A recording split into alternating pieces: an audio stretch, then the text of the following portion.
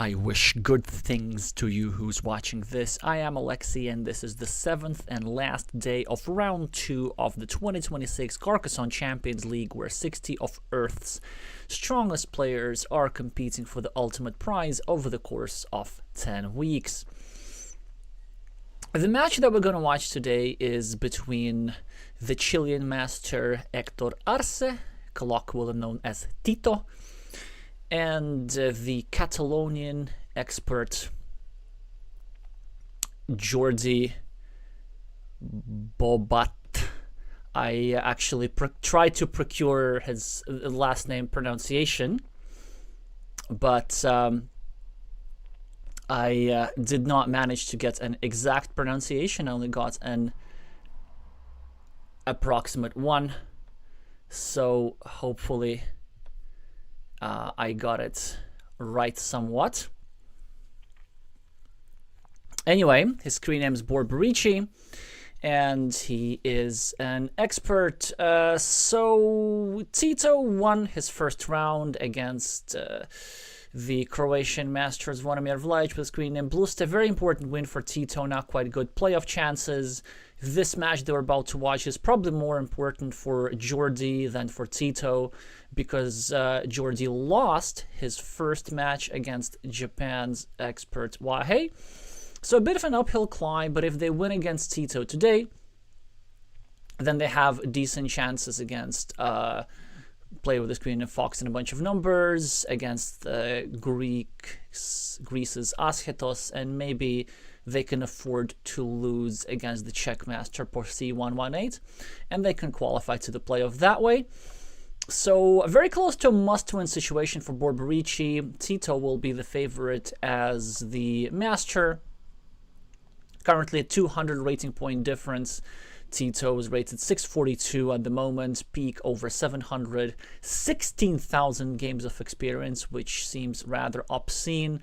Borberichi is still with a solid 3,000 games of experience, peak rating around 550, and current rating 444, has represented Team Catalonia in several international competitions at the World Team Carcassonne Online Championship and in the European Cup as well.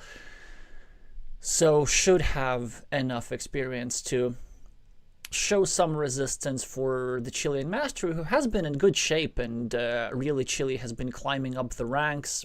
Finished second in the World Team Carcassonne Online Championship, largely due to Tito's efforts. Oh, that's interesting. So Borberichi is offline.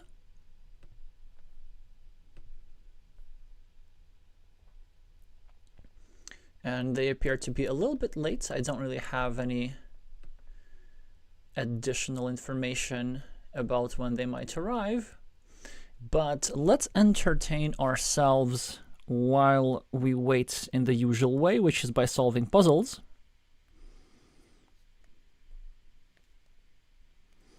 Let me just refresh a couple more times.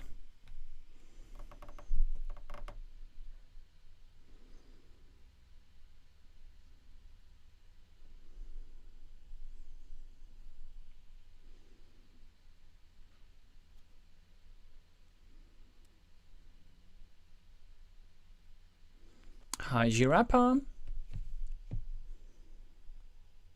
Alright, so puzzle solving it is. As usual, the players have 15 minutes to show up. If they do not show up, then they get a warning. If they get 3 warnings, then they lose the match automatically. I don't believe Borberichi has any warnings.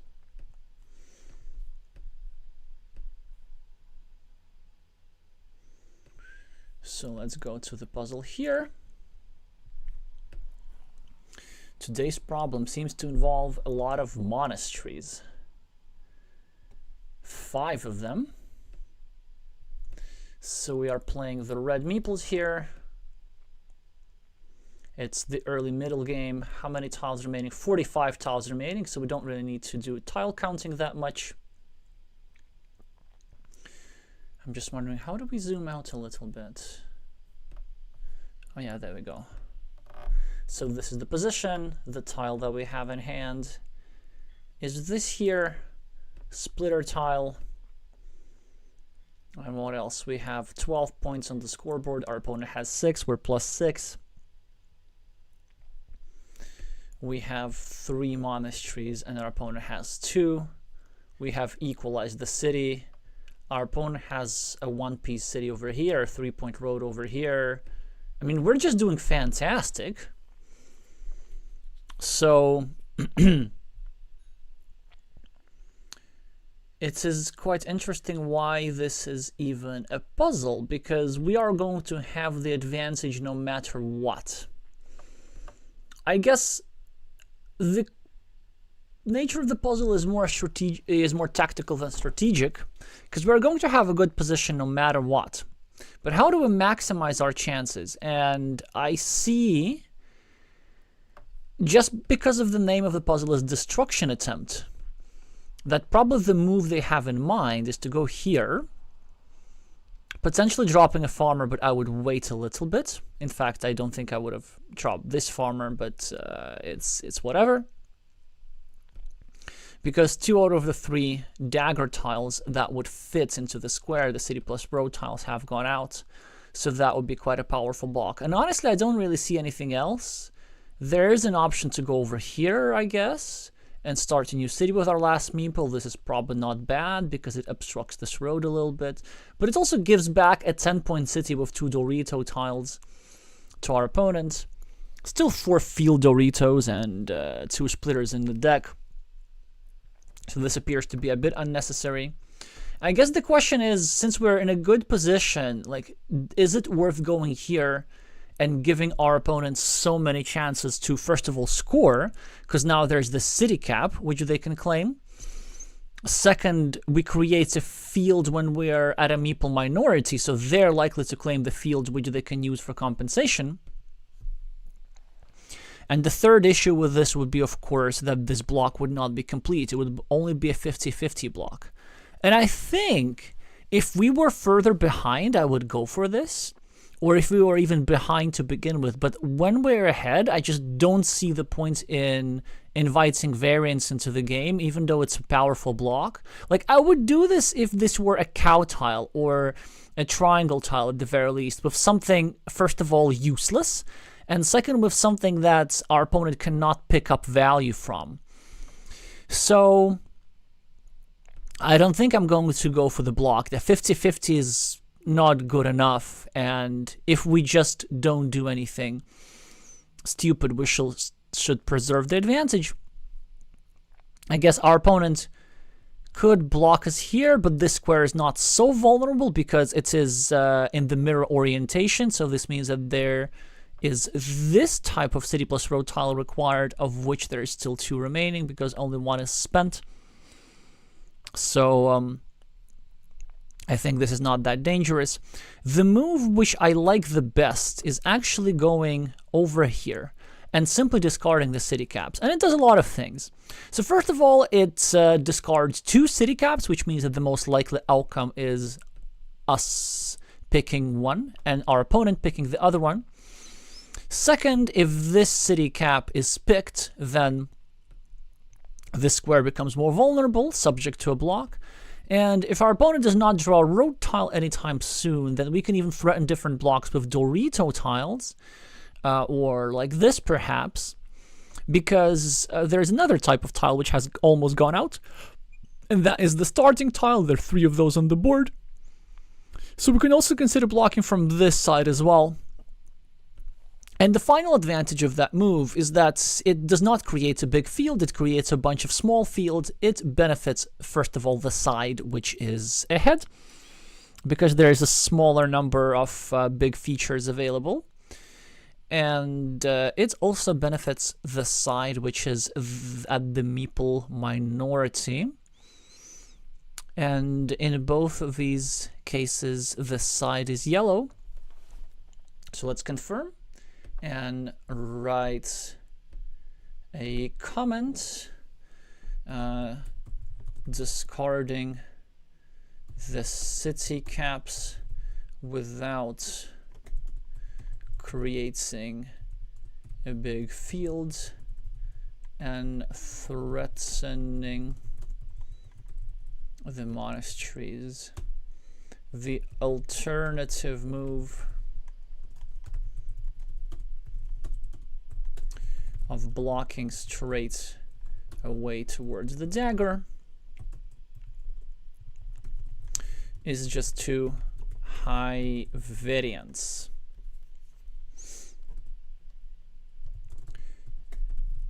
In a position where yellow has the lead. All right, let's post this and see what the other suggestions were. Oh, only one suggestion, so it's apparently it's a fresh problem. So let's see what Helge said, and they had the exact move. So great minds think alike with just no particular comment. And here is one move. All right, puzzle of the day solved. Now time to check the update on the match. And this is interesting. So still 4 more minutes for the player to show up.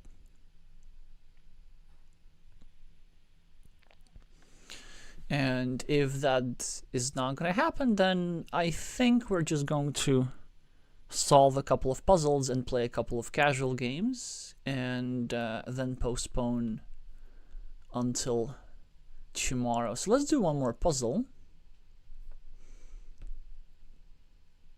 Tomorrow, of course, there are going to be more Carcassonne Champions League matches, as well as the Belgium National Championship semi-final, which is what we're going to be focusing on.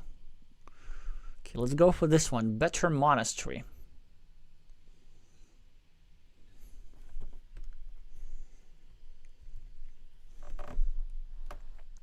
Okay, so the tile in hand is a regular monastery. It is quite early in the opening. It is an equalish position. We're down 2 points on the scoreboard.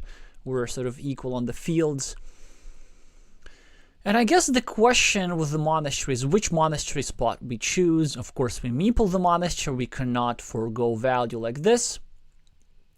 And we have 3 sort of obvious options. Option 1, which is probably what I'm going to settle for, is this one. It is 6 points. It has stacking opportunities. It has a piece of road and a piece of field attached to it, so various ways to continue it. The downside is that we are connecting our opponent's 0-point field with our 6-point field, but at the start of this puzzle, I even instinctively told you that these fields are equal, because eventually something will be put over here. It will be basically inevitable, so what's the point of trying to pretend that there is any chance that this farmer is not going to unite with this one? We might as well get it over with. So I think this is the best position on the board. There is an alternative, of course. We could go over here for 6 points. And I guess the advantage is that it sets up some nice ideas for road building. So let's say we could get a couple of curves and build 4-point road over here whilst expanding the monastery. So that would be some efficient building. The downside with that is twofold. No stacking opportunities, so we can of course play a regular monastery over here, but then this square becomes exceptionally vulnerable, so we would have to go here and get a road tile and then get the monastery. It is the fact the most likely outcome, but it is not always the outcome, so it is a little bit riskier. And then of course the most unpleasant outcome is our opponent just getting something like a horse tile and then blocking the square toward the starting tile and possibly completely. So I think this move is clearly the best monastery spot on the board. This move is also possible, but then again it's only 5 points instead of 6. It has roads on either side, so no real stacking opportunities for the second monastery. If you're going for a monastery like this, your intention is basically to build a road around this, which is good later in the game, but since it is the first monastery, we have some really good chances that we're going to draw a second monastery in the future for stacking, for efficient building. So I'm going to say 6 points, safest spot, stacking opportunities, everything you wish for. And let's go ahead and comment. Oh, no, no, no, no, no. Of course, we're not skipping. We're going here and placing a meeple.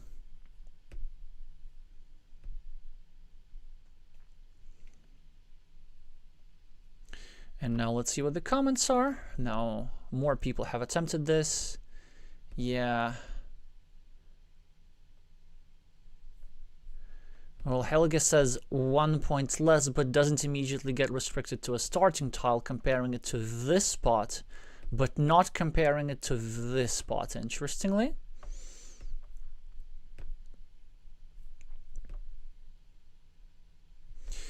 Yeah, so saying the field connection would be indestructible, so we might as well just get it over with and connect the farmers. Yep, and then again, just thinking about this loop. Well, let's see what Nallerheim. Yeah, Nallerheim said the same thing. This monastery spot is very unlikely to get blocked at any point. And the field connection does not really matter, so great mind thinks alike. Problem solved. Let's see the status of the game. We're now past our 15-minute threshold, which means that Borberichi will be getting a warning. Unless, of course, they updated their match start time, which they didn't.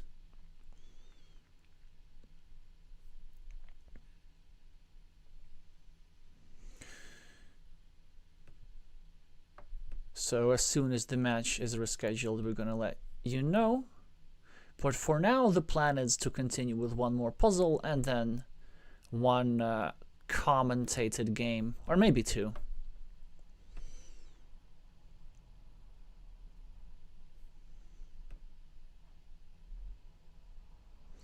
All right, let's do one more field battle. That would be probably a trickier one, a more complicated one, requires a bit more time. So as we can see, we're approaching the end game.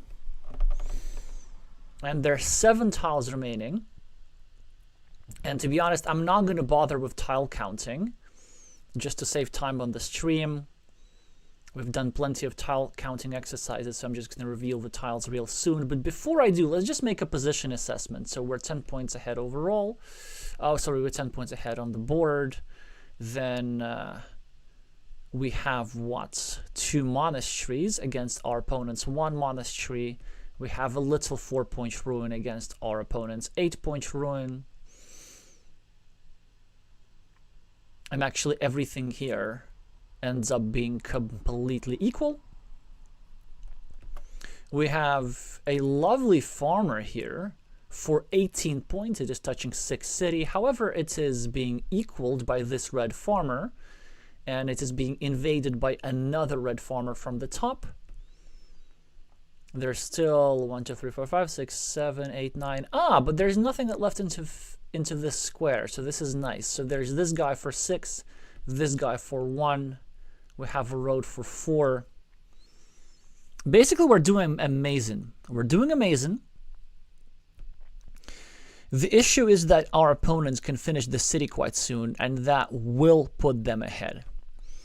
So we also have this city over here for 4 points. We just need to double check if it is possible to complete, and it is not possible to complete because our opponent just drew the last tile that we needed, the final dagger that would fit into this square. So now this is blocked. We're stuck at 4 points.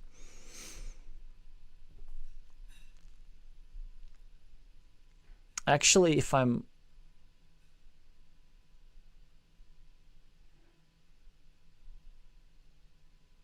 not mistaken, we're like 9 points ahead or something like this. Not much. Okay, 5 points ahead. I think I miscounted the road or something. Yeah. So yellow is 5 points ahead. Each side has a meeple. This city could be completed. That's going to be a game changer. Now, what options do we have? Well, option 1 that I'm thinking, is it possible to break this city? And the answer, I think, is no, because I see tiles like this still available. So we should be assuming that the city is going to be completed. Now, is there a way for us to fight for a big feature to compensate? We could consider invading this city, which I think still works with an extender tile or something. Yeah, an extender tile does exist. And then let's say we gain 8 points, but our opponent gets also 8 points. And then they get a meeple back as well, and they can get more than 5 points with their meeple. So I don't think it's quite work. Now the side said field fight, but I'm not sure exactly how can we fight, because the traditional move in a situation like this, which would be going over here and dropping a farmer, is not really going to work. Okay, so maybe we can set up some farming platform, or maybe we can go back to back with a backdoor here, and then trying to draw, I don't even know what's, like a non-existent vanilla city cap, a Dorito, also non-existent. Yeah, this is really, really tricky. Okay, so let me just check out the remaining tiles, because I don't want to spend too much on counting. Okay, so we have 3 city caps, which means that the city is quite likely to be completed, and we cannot block it with anything except this. Oh yeah, actually the straight lines are also good, huh? So if our opponent does not get a city cap immediately, then, or this immediately. So if our opponent gets a straight line for which there is only 3 in 7 chance, then we will be able to block it with pretty much anything. But then 3 in 7 is not just a great chance at all. So let's keep looking for these farming platforms.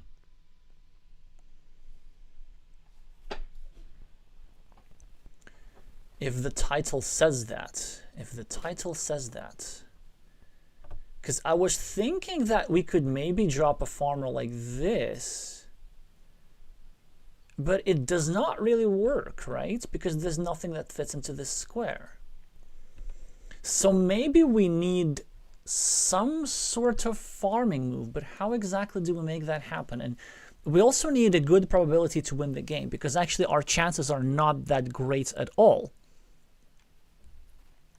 So our chances are something like 3 in 7.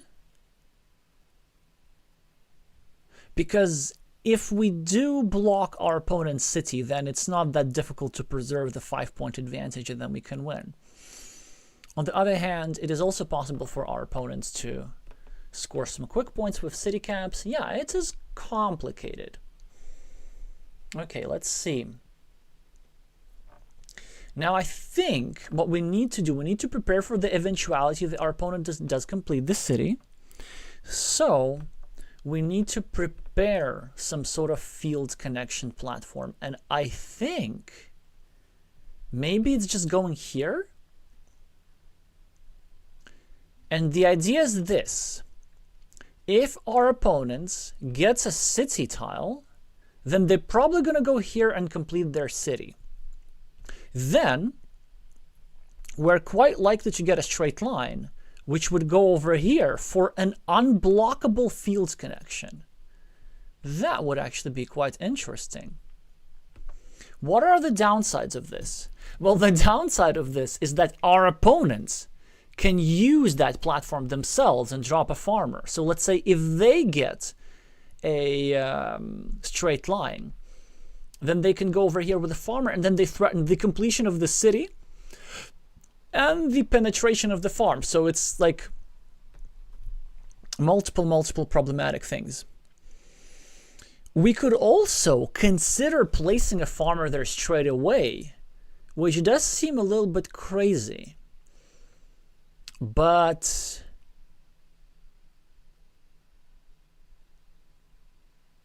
it's only... which does seem a bit crazy. I think it is a bit too crazy. But the idea is this. We're ahead 5 points. And we're threatening kind of a back-to-back invasion with 2 straight lines. Right?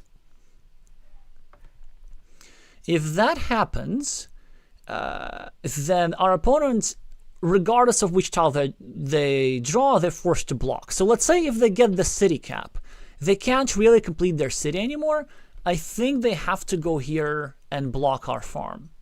And that leaves us more time to get this tile and go over here. Now we would be successfully blocking this city. And this would also mean that we are without meeples, but we still have 5 points. And if our opponent does not attack the farm, then there's a chance that we can preserve the 5 points. I guess we can still lose if our opponent gets some 4 quick points plus some sort of a 3-point road. That would be a bit bad. But then maybe we can just get 2 points from the monastery and from the road. That would also be a chance. Then also sometimes if we go here, if we get blocked, let's say, with not this tile, but like with this tile, then we can connect over here. I don't say we can connect, but we can get this guy, the dagger,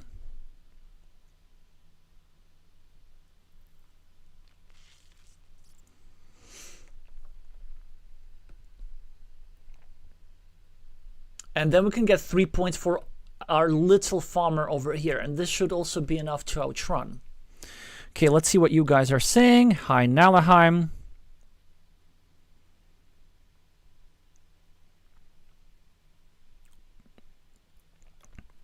Nicola is saying, but all tiles block the city. We don't need a straight line to block. Okay, so when I said 3 in 7 chance, I said 3 in 7 chance that our opponent has a straight line in hand. Because we need for our opponent not to have a city tile right now. Because the only way how we can block the city is for our opponent, if our opponent does not complete it right now.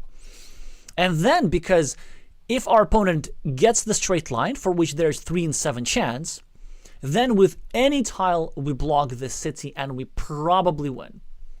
Probably. Most of the time we win. Yeah, or maybe even always. Most of the time. Okay, so also this move we can't really make without dropping a farmer, because again it's just like too easy for our opponents to go here, I guess, and then go for their own field invasion. And again, like the issue is that if our opponent goes here, then the connection to the farm is just unblockable. So if we do this, our opponent has 3 tiles with which they pretty much win the game automatically. Well, not automatically, but like with which they almost win the game. And we probably have to prevent them from doing so. But let's say if we go here without a meeple, what happens? And if our opponent does drop a farmer here, yeah, we just don't really have that many alternatives, although I can definitely see moves like these, us going here, dropping a farmer like this, trying to connect through this area through the double slit city caps. Certainly an option. Yeah, so I think this is my idea. Our opponent is about to complete a city. We need to create a counter threat and occupy it with a farmer. If our opponent blocks the farmer, we block the city with any tile and try to withstand opponent's scoring, and try to preserve our +5 advantage.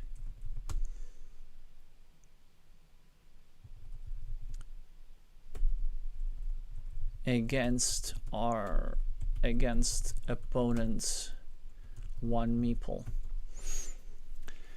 I guess some bad scenario from this which I could see, and let's just confirm, I really can't find anything else. Do let me know in the chat if you see anything else.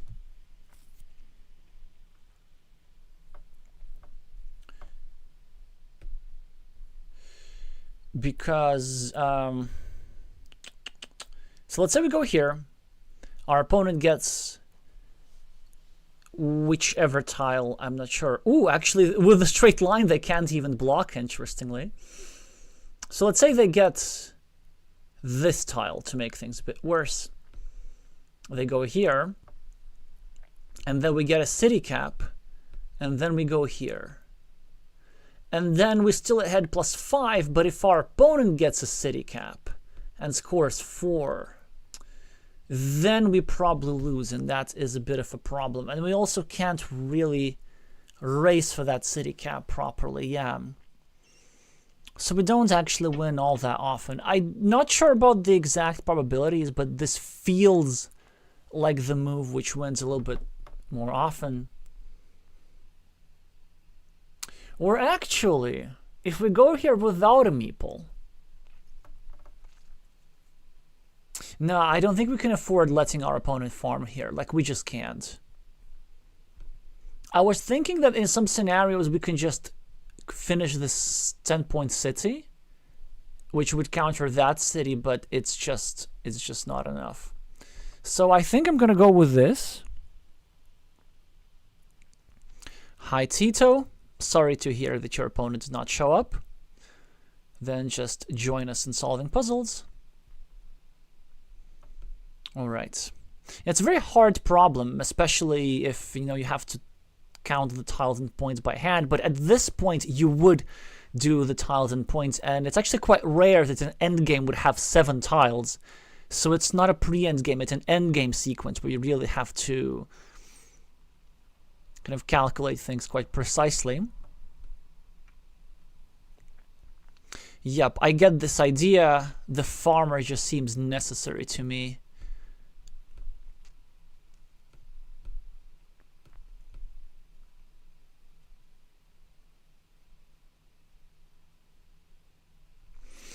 So yeah, so SP Man is kind of preparing the defense against the field invasion. Ah, but it also does something else. It actually prepares another invasion spot over here, which I wouldn't be so thrilled about because it requires... So it prepares this idea of dropping a farmer here and connecting through that square, through one of the 2 hourglass tiles, for one of the 2 vertical splitters. But then in our assumption, our opponent completes the city, so at least one of these tiles is gone, or maybe is drawn in the wrong order. There's also the sausage tile to block our invasion from the left. So maybe this is just not as active. So yeah, same idea. This move sets up the thing, but then again, our opponent can farm it, then we are in trouble.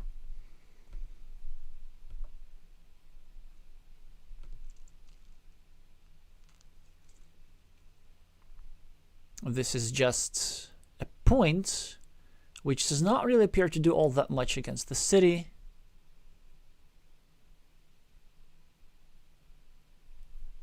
And 3106 suggests setting up a different connection. This is basically a setup to go here with a farmer and get a straight line. But it's just so easily blockable because then our opponent simply gets a straight line, goes here. Oh yeah, and then they block the city.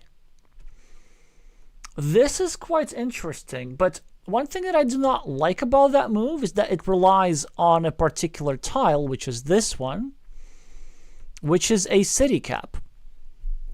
And if we rely on that particular tile, then we have to draw that tile earlier than our opponent. Actually, maybe this is not that bad, because the idea is that we win 3 out of 7. Well, maybe it's not necessarily 3 out of 7, actually. So let's say our opponent... Actually, okay, our opponent has a straight line. They go here to block this. We get another straight line. We block this square. But maybe if our opponent gets a straight line, they don't block this. Instead, they actually go here and they try to set up a field invasion. We get some sort of city cap tile. We have to block. And then our opponent drops a farmer and they connect like this. Which is probably not that bad, because there would be only one curvy tile to do that. Yeah, this is quite interesting, and I think it is not really humanly possible to calculate through of these variations. Definitely not during this time of day. But this move is certainly worth considering. So it's adding a key tile to our winning prospect, which is just simply descending over here. Yeah, actually, I quite like this idea.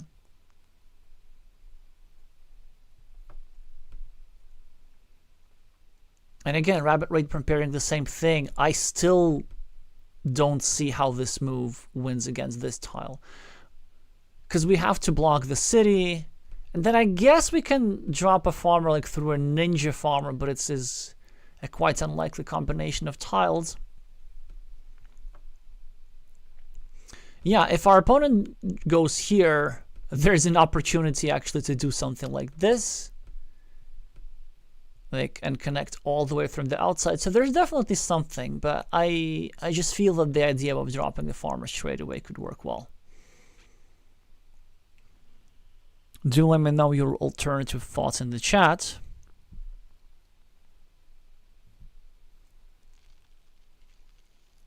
Ooh. Setting up a vertical splitter to enter the field. Yeah, this is actually quite interesting. But I do, again, I like setting up the straight line more than the vertical splitter. Because speaking of vertical splitters, so let's say if our opponent gets like a regular city cap, then we have to get like a very particular combination of tiles. It's just not that lucrative, it seems to me. And we have to get the extender before we get the double city caps. And we also have to not get block here on double city caps. Yeah, certainly an idea worth considering. Like what's most important is that all these moves, and this one with the meeple for sure, I'm not sure about the meeple without, and this move, which I really like from 31 OK, that's Satoru Kishino, former Japanese vice champion. They all increase the winning chances, and maybe even this move more so than my idea. The one thing that I'm not thrilled about is that we're adding a point to our opponent, and there are all kinds of opportunities now for our opponent to win without the field as well. Let's say they get a straight line, they do something, we get a city cap, but then again we can just meeple that city cap, and so there is no threat of quick points. So we can block, go with the last meeple here.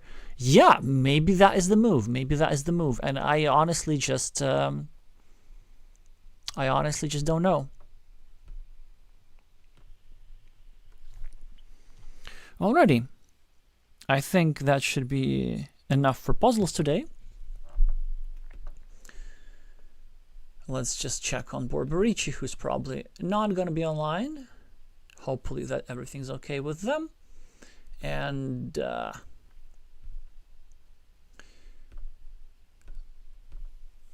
let's just play 1 or 2 casual games with commentary.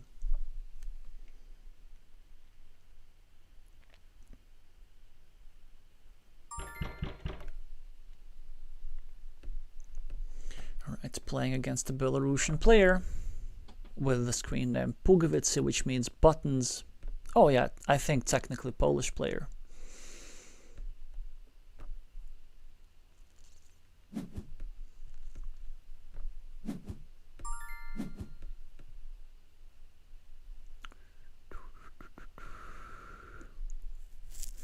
We get a rather lovely tile to start with the shield. We're about to get invaded.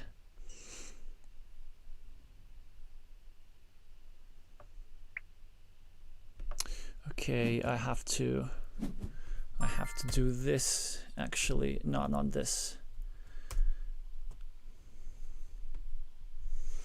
Because I don't type in Russian too fast.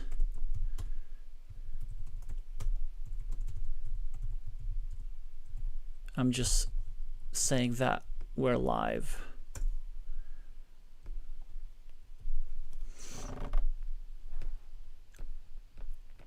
Yeah, this means good evening. Well, which way is better to take the city? This is actually quite interesting.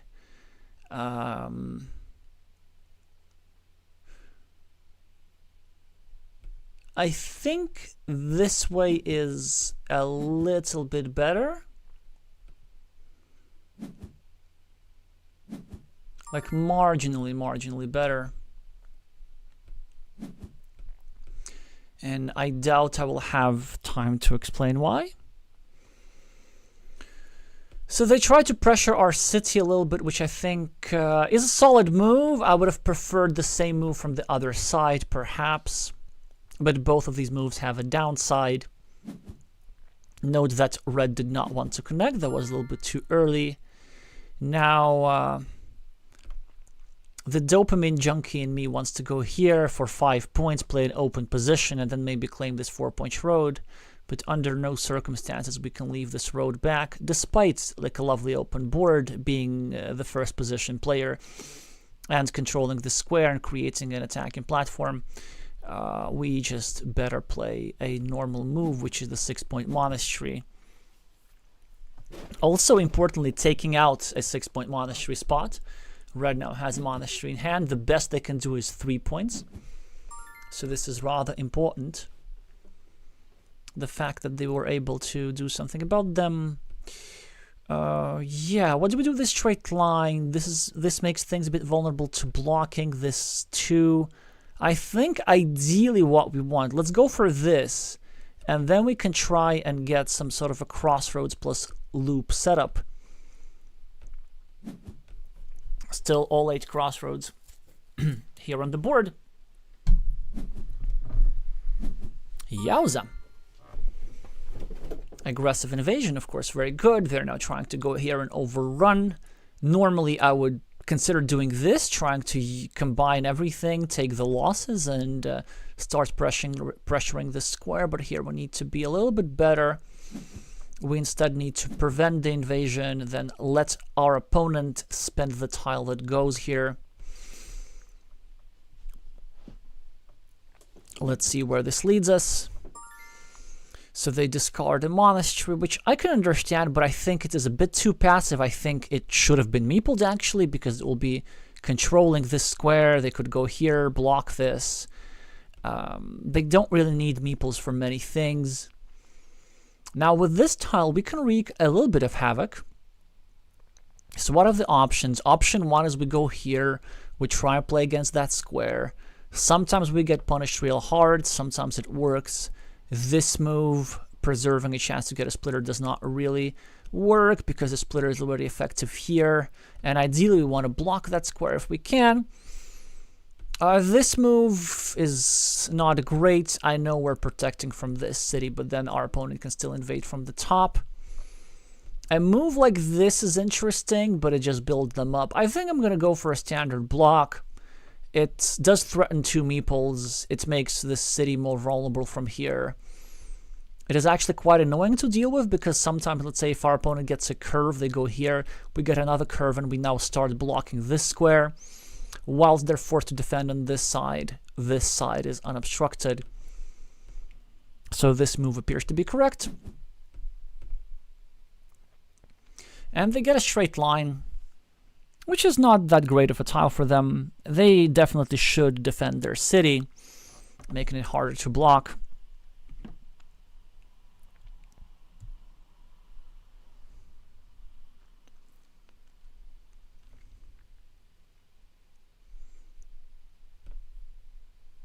Maybe here? Well, yeah, obviously here. An alternative is to go here and start a road. I wouldn't mind that happening. Then I would just prepare the completion. Oh, the blocking one. Okay, so change of plans. So now we need to protect this. And normally I would meeple that road, but since I'm planning to block it, which I was going to say not unlikely to do, this is going to lead to some issues. Okay. So they go for a high variance move, which makes some sense. One road monastery over here. Yeah, it's a good move, actually. They are threatening the city. Eventually, they're dropping a city cap next to the monastery. They also leave us with a dilemma whether we claim that city cap or whether we go here and invade the city. I think I like going here. I'm going to give my opponent a chance to get the city cap. At the same time, however, I'm also going to create an additional blocking platform against this square. And now if we can manage to block this monastery here, then this here spot is going to be not that dangerous anymore. It's going to be worth only 8 points. No immediate meeple retrieval. And other side can take it. Yeah, so our opponent does this, which makes sense. Now I guess the question is, how greedy do we want to be? My instinctive move is to go here for 5 points and just try to equalize everything here. Prepare for the eventuality of our opponent drawing a monastery. An alternative is to go here, try to pressure the square a little bit, and then also create a long road which we can claim. A third alternative is to go here and meeple this, which is quite petty, but certainly is a way to play as well, with 4 tiles remaining that fit into this square. I don't think that 3 extra points are worth committing a meeple for a long time. And this, however, is super, super tempting. I could also just leave it there without a meeple, perhaps, but that I think would just not be so good. Okay, I think my choice is to go here, because from this area I can bail out with the crossroads if I so choose, and I might have to do that. Our opponent takes the points. I have to go here, start breaking their monastery at least a little bit. Now they do this. Am I in a hurry to go here? Because this is super tempting, right? Just start blocking that square and then create that monastery thingy. Yeah, this is maybe nice. This, I mean, I could get blocked on that square, but maybe that's whatever. I think I rather like this with no road tiles available, with very few tiles available that fit into the square. And I think we are going to complete the block. The connection on the city can wait a little bit. Our opponent, however, gets a city back. Yeah. We're down 10 points. Really not all that many options. I think I'm just going to try and block this square a little bit if I can.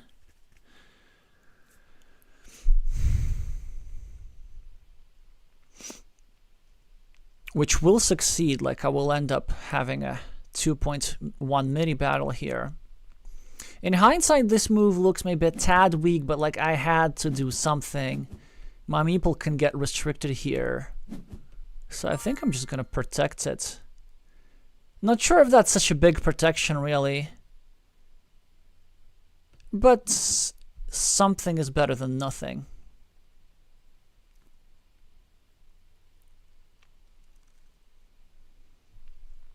Because the downside is that our opponent could do this. This would leave only 1 tile that goes into this square, but that's whatever. I think I do not want to do this, because there's still the crossroad tiles that I want to preserve for this meeple recovery. So I think I'm just going to do this and create the threats of potentially getting a splitter in that area and finishing a city, still both splitters remaining. That is a good tile to have. We're going to take 2 points over here, and nowhere else exactly, because we need to block this 3-point road, which only our opponents can claim. We got our first points on the scoreboard. We're about to get some more, and then it will be an evenish game. We are also doing well in a couple of mini battles, like we have 4 extra points here. Yeah, that move, of course, is strong. making sure that these two meeples are equal, and most importantly that the splitter is not drawn. But we forced a point sacrifice from our opponent, which is always pleasant to observe.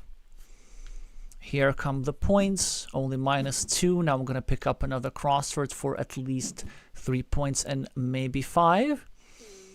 It depends if red tries to take this row, but I think they won't. I think they should just... Oh, interesting.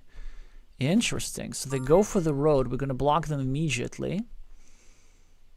It's not much of a block because there's still plenty of tiles, but this is something, you know, this is annoying. This is annoying to deal with. And had they gone for the city, which I think they should have, with the tile that are remaining in the deck, they could have gone over here. Okay, so they set up the 50-50 over here, which is not that terrible. Standard move for us. We're going to take 2 points. We're going to pressure this a little bit. Let's see what they get. Yeah, they get a scoring tile, which is rather regrettable. We are, however, ahead on the scoreboard. This is something that's nice to have. The downside now is that they have a second powerful spot for a road monastery, but I'm simply going to bet on them not drawing it too soon. Then I'm going to try and leverage my meeple advantage into something useful. I'm going to start by blocking a collective city, just hoping that meeples do not get recovered too soon. I could maybe even think about a farm or something, but I'd rather build a farm over here. Not going to drop a farmer just yet. I'm going to try and build cities where I can eventually drop a farmer with tempo, perhaps. As I do that, that's a smart move. I just need them not to get a rose tile anytime soon. A rose tile, of course, would allow a farmer here. Now, this is an interesting tile. I could go here simply just building up this ruin / city, which I can claim if I get my key tile for this square. An alternative, I could go here and start some blocking ideas. Or I could go here, clean up the city cap, and start building another threat. The issue with that move is that it is quite committal. I'm going to be investing a meeple. The upside of taking out a city cap is actually quite nice.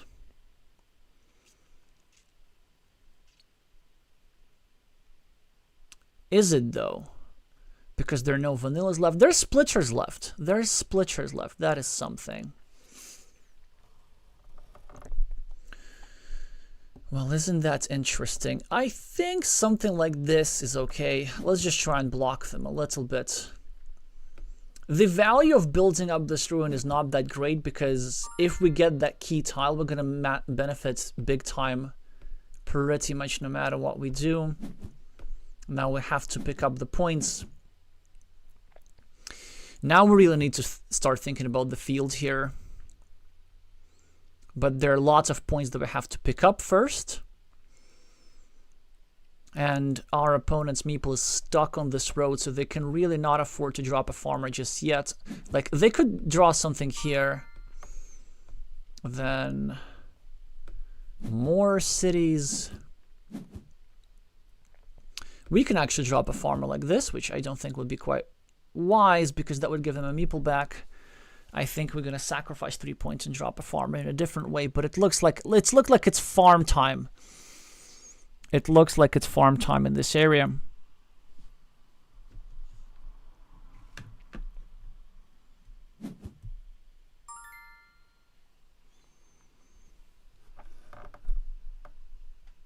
And they actually prevent exactly that. Do we just go for it? Do we just go for it? I mean, I'm going to give him a meeple back. They're just going to drop a farmer here.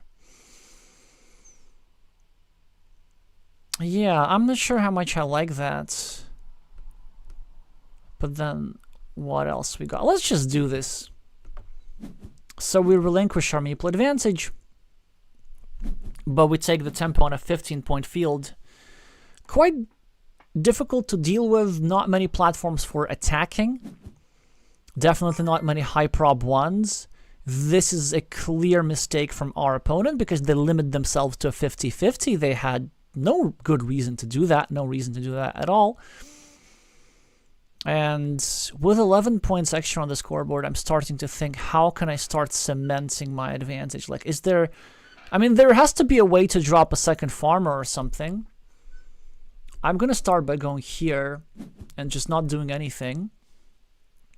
Building up a city. And then I'm thinking I'm going to invade. Not invade, but drop a second 6-point farmer. They can always go here and drop a farmer and try to go for the 50-50 invasion. Like, there's nothing much that we can do about this.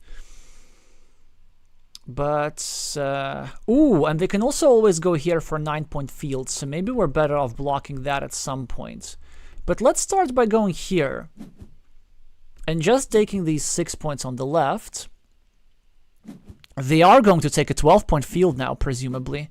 Oh, so they are not. Okay, okay, this is interesting. They go for the points, which is more than understandable. But now this brings the question, can we win this game by just dropping a 12-point farmer in that area? And the answer is maybe. So we're 7 points on the scoreboard. -1 in mini battles, interestingly, overall. So that's equal. They have 6 points on the road. We have 6 points on the farm. So basically, we're just 12 points ahead for the price of 1 meeple. And if we're going to go here for a 12-point farm, we're going to be ahead 24 points for the price of 1 meeple. For the price of 2 meeples. How do we win? They get 9. They go here. They unify the fields. They get 7. They get this. Yeah, they can definitely win with some key tiles, but I think it's just too many points. We gotta cover it. Of course, this will result in us foregoing the 9 points, but it appears that foregoing the 9 points is a little bit more important than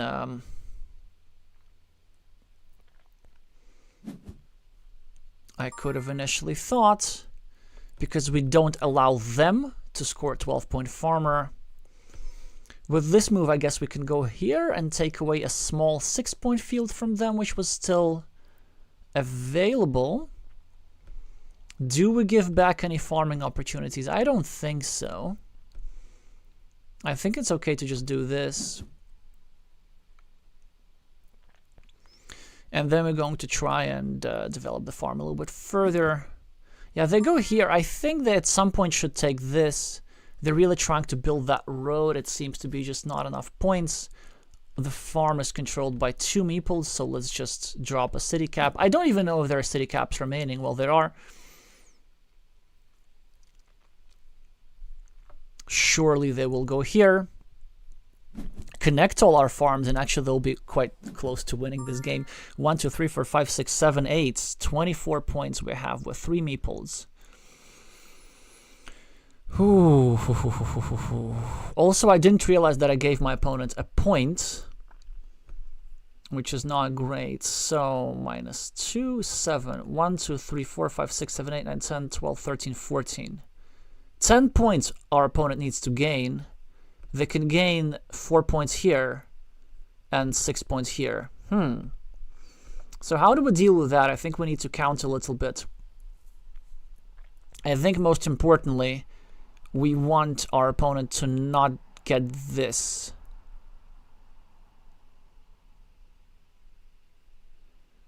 What kind of tiles are there?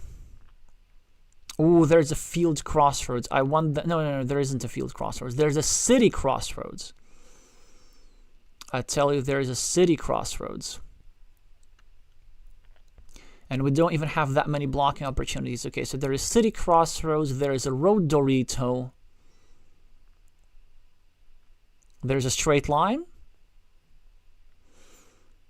And there's something else. Probably some sort of a city tile. Ah, and that city is a triple cow. So I think we have to go here just so that we can block this road with a straight line. This move might be a loss for us because now they got 6 points. I'm winning by 4 and we're gonna lose by 1. Oh, this is actually rather rough. This is rather rough, unfortunately. I'm gonna go here, I'm gonna score points. And they are going to go here and take a little bit. Yeah, I wish that the tile just came in a little bit of a different order. And I think I'm going to lose this by 1 unnecessarily unless I miscounted. And I sure hope that I did miscount. But something tells me that I didn't.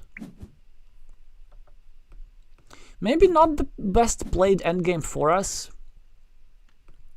Maybe I a bit underestimated our opponent's scoring potential. But then if they just go for this farmer, isn't it like even just worse for us? So maybe we have to do this, and maybe we have to devote a bit more effort in doing something against that road. This move is also a bit questionable because I ended up this city making it a little bit bigger just because I wanted to cover up the fields a little bit, and there wasn't a particularly strong move for this tile. But I could have anticipated that our opponent was going to get this tile and take that city with their meeple. And look at this, actually, I lost by 0 points. I lost by a tie. So this monastery here actually ended up losing me the game because I placed it in such a way that would combine all the fields. This is not a crazy move necessarily because I'm preparing a meeple recovery, but like what good does that meeple recovery do? Yeah, not the best endgame by me for sure. It's unfortunate to lose, but that's why we're playing another one. Have to finish the day on a good note.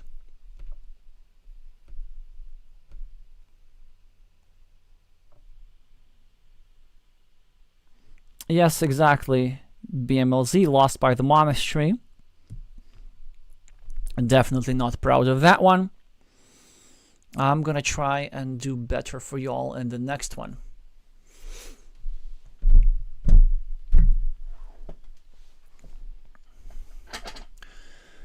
I'll definitely need to get in better shape before Tuesday, where I'm playing against the first ever Korean participant in the Champions League,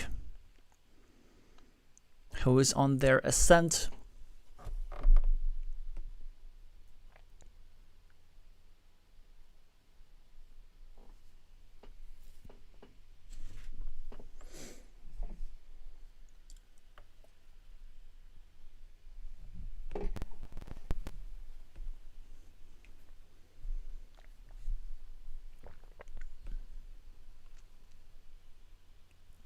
No new info on Borberichi.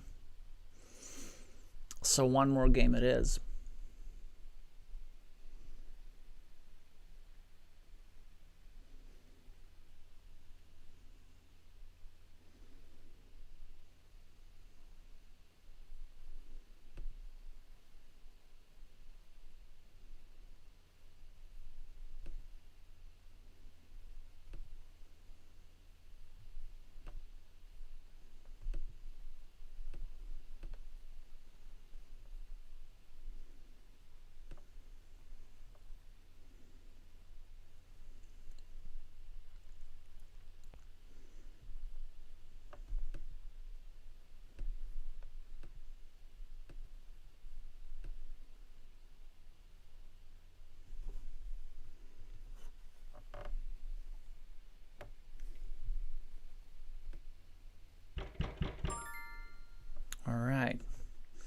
So we're playing against a pro player against Chile's Mauricio Saavedra, who finished 4th, I believe, in the Chilean Online Championship.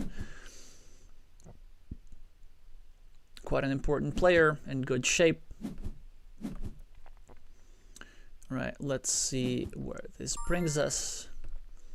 Here, I like to play a move like this, because it creates some ideas of being able to use a road end from here for this road whilst also scoring. And actually, we're coming very, very close to this as black takes a city. And on my next move, I'm almost going to go here. Unfortunately, thwarted by black, but I'm just going to grab some quick points and be ahead on the scoreboard.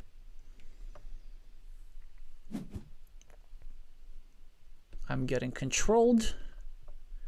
Black does not really have many good moves. This is certainly the best one that I see. Creating a monastery spot here.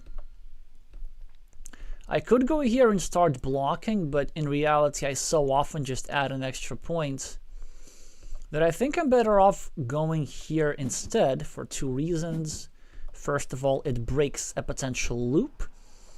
And second, in the event my opponent goes here and starts building a city, I can go here and block this square and tie this black meeple towards this blocked square. So that'll be quite a good idea. Now, black starts a road next to mine. I don't think I finished this one. I'm really not in a hurry to do that, even though this is the last feasible tile to finish that road, since this is the last field crossroads. For that exact reason, I'm going to go here, because this means that my opponent now will be annoyed with this meeple a little bit. Probably just not going to bother waiting for a straight line curve combo. Probably going to go just here. I think a stronger idea for black is just to go here and to set up a monastery spot more effectively, and then maybe pressure this square a little bit. But they make a rather serious mistake. They destroy their own monastery spot. And I'm extremely happy to see this. There are now no good monastery spots on the board.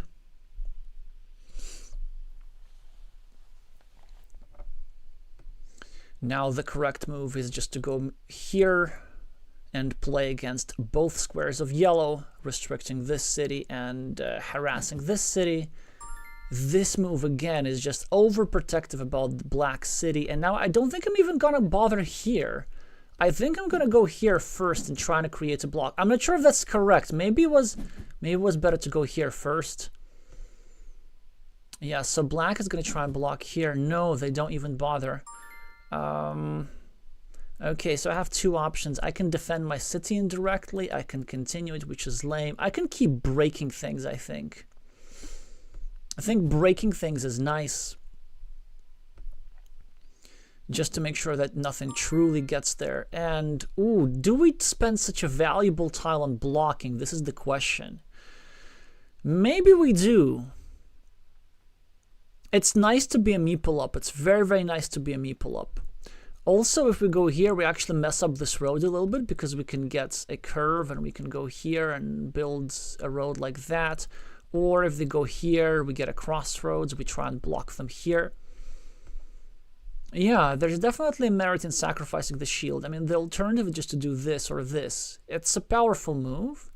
Then we will be required to invade the city. But we might be required to invade the city nonetheless. I think I'm going to go with blocking just because it's, well, it's not wrong. Like, it can't be wrong. Okay, and then I get a fantastic tile with two places to play it. If not for the last move, I would have gone here in a heartbeat. Here is maybe also kind of annoying. Here is also a possibility just for 3 points, but I'm just going to take the points. I'm going to take the control of these two critical squares. My opponent is going to build up here at some points.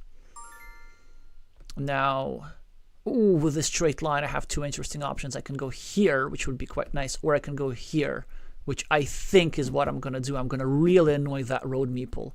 It's not that easy to finish this at all.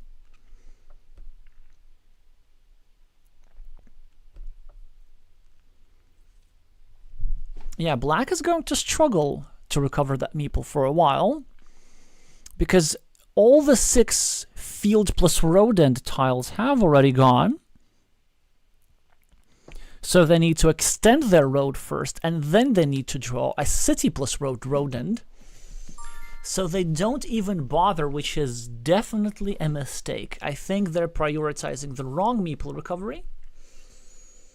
Let's see where this leads them. I didn't want to build outwards because I didn't want to give them this road end. It's like just too annoying to deal with for them.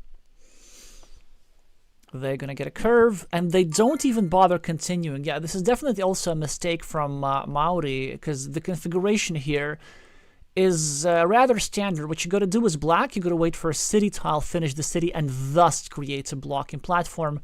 This just wasted a tempo, which I'm quite happy to see. And now we get a monastery, which we're definitely putting to good use.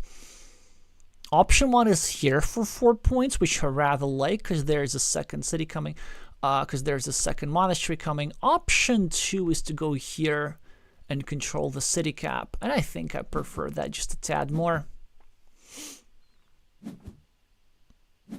They take quick points. They do not bother blocking too much. I'm not in a hurry to go here. I think I'm just going to continue inconveniencing my opponents, leading to a potential block perhaps. So now they should block me. That is indeed quite strong. And they even drop the first farmer, which is even more annoying. It's going to be a rather good farm. I'm still going to be up on meeples, of course. But they're going to catch up on the scoreboard a little bit. I could do this. Set up a scoring opportunity plus a blocking opportunity later on. But we need to count the tiles for this. So 2 splitters and 7 of Dorito. So this is 9. And how many curves do I have? I have 6 here. And 5 daggers perhaps, although none of them are the best, but let's say 11, 13 in total, or something like this tile, which I'm really going to put there. So 13 against 9. I'm not sure how it translates to probabilities, but let's say 60-40 here. Then what we're trying to draw, we're basically trying to draw one of these 4 biggies or one of the 7 Doritos before they draw the 9 tiles. So this is actually 11 against 9. So this is less. But then here we get a curve just to set up an attacking platform. But here we do get the immediate point, and we also just equalize that meeple straight away. Yeah, also I think I would have gone here for scoring if not for the city component over here, because I just have too many cities next to my monastery. Ideally, I want also to be able to get something like a straight line plus another monastery in some situations. So maybe let's just go here.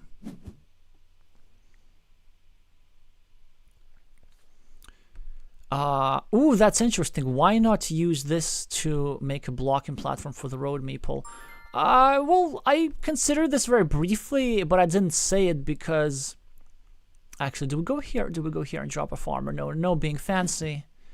We can take the points, set up a monastery, and just be okay with it. Unfortunately, our opponent wins the coin flip. And the field is now becoming quite serious, and I don't get a farming tile. I get a city tile, which I am going to put to good use. I'm going to collect here. I'm going to try and score my way to victory. This might force black to invade, which I would love to see. Because then this would make their monastery vulnerable, so my city is basically safe. Yeah, that's the whole point. Like, they cannot put anything here reasonably. So they just end up doing the natural thing, allowing me to, let's say, finish this city. It has been there for long enough. It's also opened some blocking ideas against which they cannot defend, at least in this instance. But they're going to get a lot of points for that ruined city. I'm still going to try and keep scoring. Still going to wait for Doritos in that area. Just going to get 2 quick points.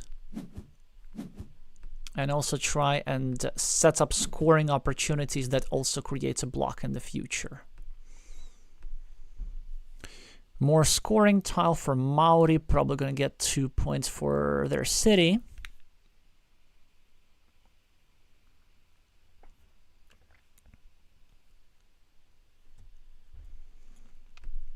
Yeah, now for black to get out, black actually needs 3 tiles. Like line, and some sort of crossroads, which is hard. Or curve, straight line. And this is just like not happening anytime soon. This is a good move. An annoying one does not allow me to farm. I will be forced to do something like this perhaps. Just getting a point. This is also reasonable, but this is a bit safer. Presumably now, yeah, protecting the road, so that's something. But let me now try score some points here. And wait, why did Maori not recover their road, their monastery? This is interesting. Ah, I fell to a trap, perhaps. I'm not sure if it's much of a trap, but at least I'm not getting the benefits anytime soon from that square. I can still get any city plus road tile and block some things. Okay, 22 points on the scoreboard. I'm winning, but down on big features. I have the penultimate starting tile, and my first thought is to go here. Then my opponent has 6 tiles to go here. And then I will have 2 tiles to recover, but that will be without a farmer. Do I also want to limit that square? Like, do I want to be fancy? I don't think I want to be too fancy.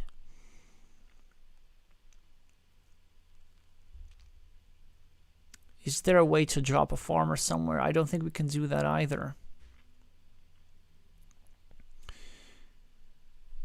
I mean, it does take away some nasty scoring. Let's just do this. Let's just do this. Like, it's a shield, okay? Like, it's a threat.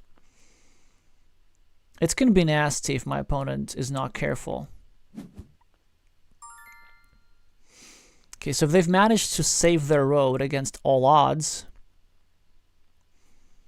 I think I keep setting up monastery. There's still 2 of those available. It is annoying that my opponent will take this field, but it's whatever. I could just take the quick points here. I think this is better. And lo and behold, look at that. Look at that, what I'm getting. I could go here, but I think this is just what I have to do. I wish I could just drop a farmer. I think I have to invade this city, though. I have to equalize that city. Yeah, that's a tricky decision here. There's still 5 Doritos. Like, there's just no way how I'm leaving that open. Unfortunately, the field idea has been kissed goodbye to. My opponent should be getting a meeple back from the monastery. And they will be expanding their farm significantly, but we're still ahead on the scoreboard. We have monasteries. Like, it's an equalish game with a slight advantage for yellow, who, by the way, can still complete the city. I'm just wondering if this is worth it. If this setup is worth it. With a Dorito, with this tile here. Maybe it's actually not that bad. I think with 2 more daggers, I want to wait a little bit. And maybe I just start a peaceful counter field here and not allow my opponent to farm with tempo. This is also actually quite a good idea.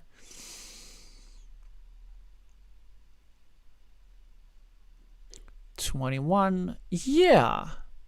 I think I want to just avoid this annoyance. Avoid the annoyance for me. Create the annoyance for them. there's still 3 curves, so maybe going over here is okay. Now I have a way to finish the monastery with the monastery and a way to continue it with the curve. But what matters is that I'm going to need to get some meeples back soon enough. Let's see if my opponent cleans off my city cap. And then in theory, I could drop one more here. But let's again check the situation. So we're plus 11. Let's say the city is going to be 13. That's minus 2. We have 2 monasteries. Yeah. It's not straightforward, isn't it? It's not straightforward. So this move is also an option.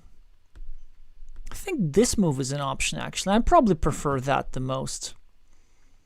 Let's just create some threats and also realize that our idea would have worked, but hindsight's 20/20. This move is okay for sure. This move, I really don't want to give the city cap back. I'm going to be waiting for a regular curve. Oh, but what's the point of this move since it doesn't set up anything? Yeah, this was the last city cap of its kind. I guess let's just reluctantly go here afterwards. After all. Wait, what am I doing? Yeah, I could have just gone here. I would have. Yeah, this is really slipping up here. It's really slipping up with the dagger vision. Okay, I'm gonna at least try win this one, albeit with not perfect play.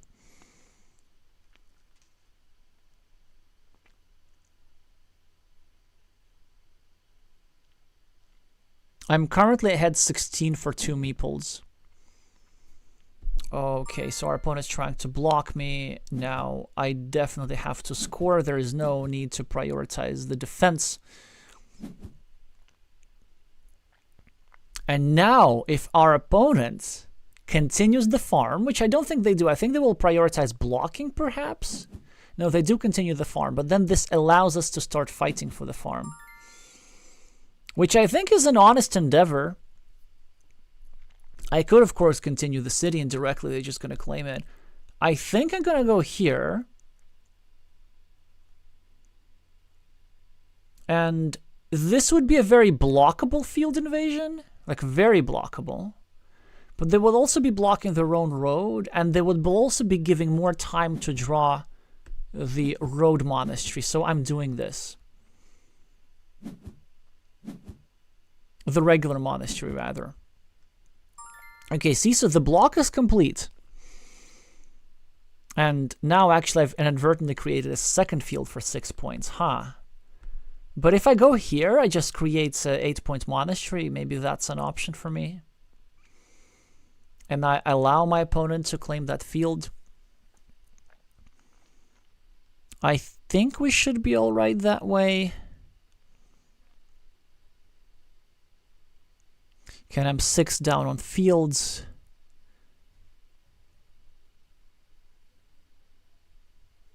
I'm +9 overall. Oh, this is getting dicier.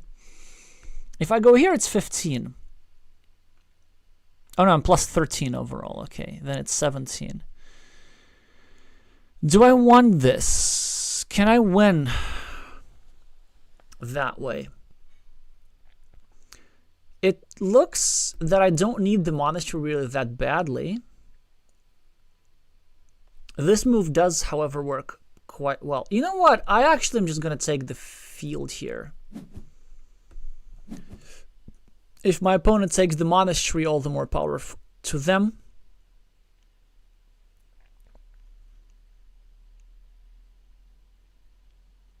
The point is just simply not to allow my opponent to score too much.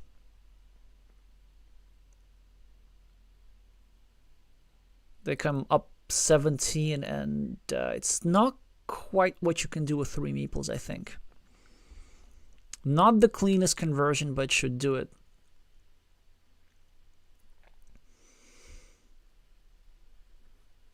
One curve remaining, 2 monasteries.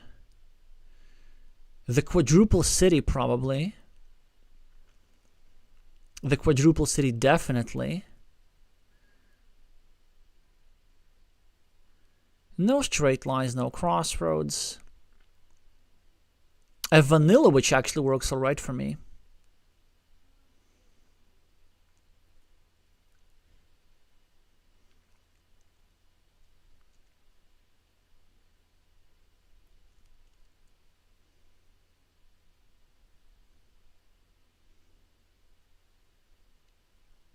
The regular Dorito.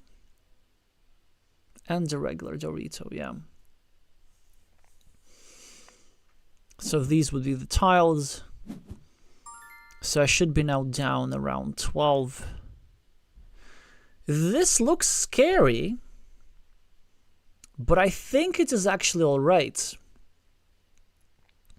Because there are no invasion tiles. Again, let's just go through this again. So from my counting, 2 monasteries, 1 curve. Oh wait, no biggie, no biggie. Oh yeah, 2 monasteries, 1 curve. Quadruple city tile. A regular Dorito. And a vanilla city cap. So if we go here, there are no invasion tiles, so this is a clean 1 point.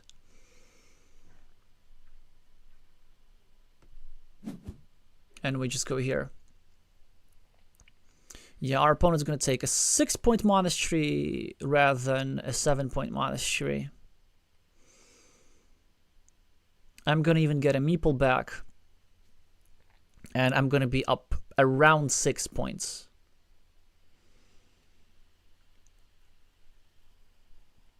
If I'm not mistaken. I don't think they can possibly go here because this gives me the option to go here. Defo not worth it. They could go here for 4 and then try to draw a curve. That could actually work for them if they bank specifically on the curve and monastery. But also from their perspective, I have 2 tiles to recover the meeple. I have a vanilla and I have a monastery, so they need to draw that too. But that's an excellent move from them. I think this is their best shot. Getting 4 and then getting just like a couple of extra like this. I'm going to get my meeple back. They get not what they want.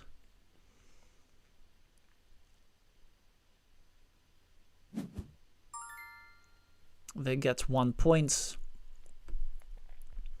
They're probably going to connect the tiles.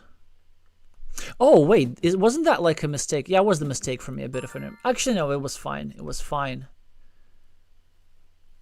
But I think I could have just done the same without placing a meeple. So I lost like a couple of points. But this is whatever. Not a big deal. Let's see what the difference is.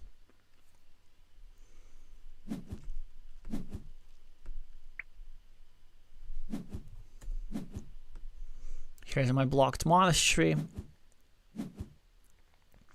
Here's my opponent's insurance road.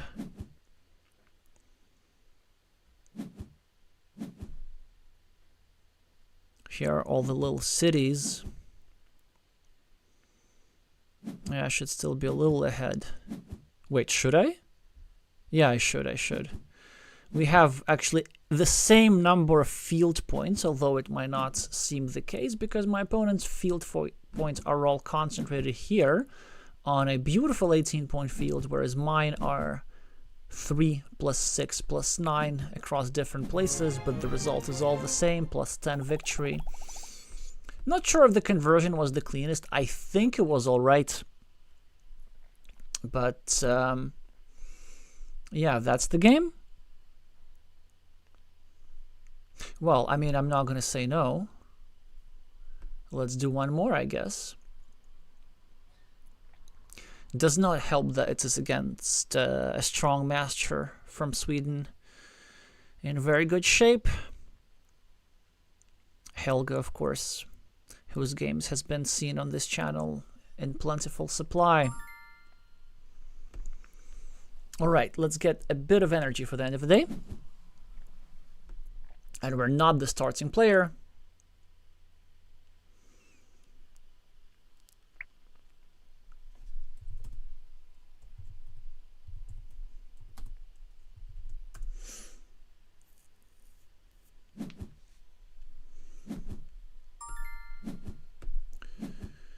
Standard opening so far. Not the worst opening tile to start with. Neither for blue nor for yellow.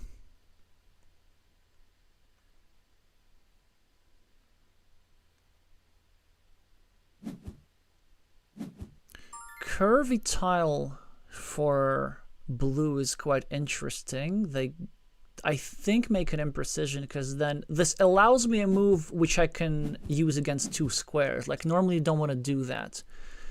And you want to be a little bit more cautious when the quadruple crossroads has gone out, because now I can go here. But I think the most important block to accomplish, or at least the most important restriction to accomplish, is to go here and then try to do something here later. Helga can do the same, but then this block is not like that strong. Also, this city is okay, but I think a more kind of natural or peaceful move or low variance move is actually do the same, but turn this the other way around, or rather to go here and build a rose shape all the way around these areas. Straight line, very interesting. 3 uses. One is here for blocking. One is here for continuing road and potentially doing something to the square. The issue is if my opponent gets a city cap, the city gets completed. But then if it does, maybe I can do something against this road here. So these 2 moves are a double purpose move. That's why I'm going to eliminate this move, which creates the blocking platform, because it's only a single purpose move. Those typically are not that strong. This actually is super tempting, but I think I'm just going to consolidate first. Now my opponent needs to try and sort of run away. Ah, okay, so they go for the mini battle, which is fine by me. They are, of course, threatening a city. And this leaves us again with 4 options, actually. Option 1, we go here and try and block the square. I think this is not the priority. I think we can also go here and block that square, which is actually quite annoying. Yeah, at least it's blocking something. And option 3 is going here and trying to block this area. But this is actually also very annoying. This is very annoying.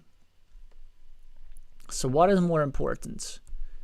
This move is certainly quite nice.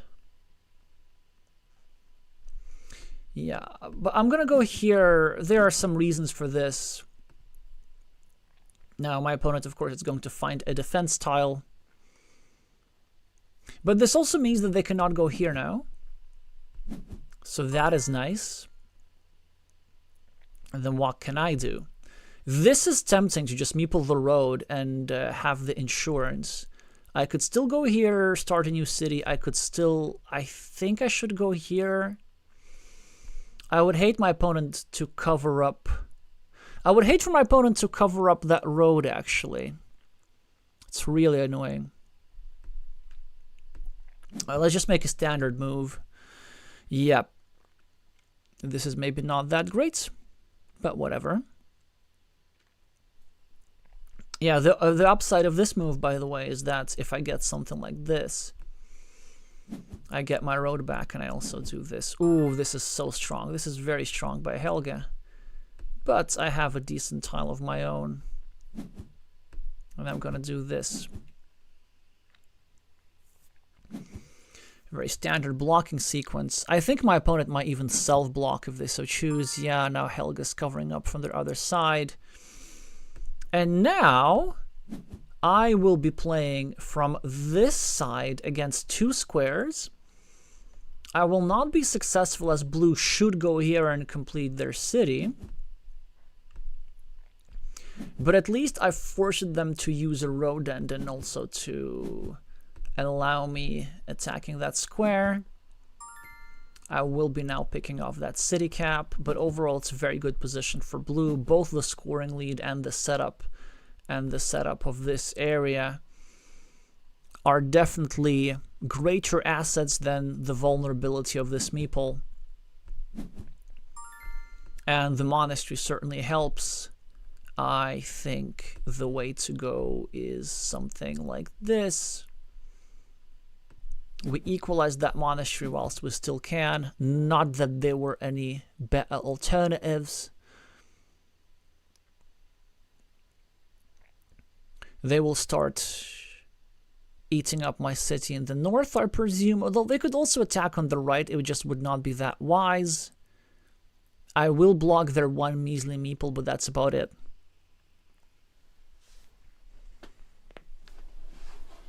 So yeah, not the greatest start. I think I'm going to need some help from the deck. I'm going to need a road monastery, perhaps. Or I'm going to need to build up the board in a very open way so that I can take advantage of that meeple advantage.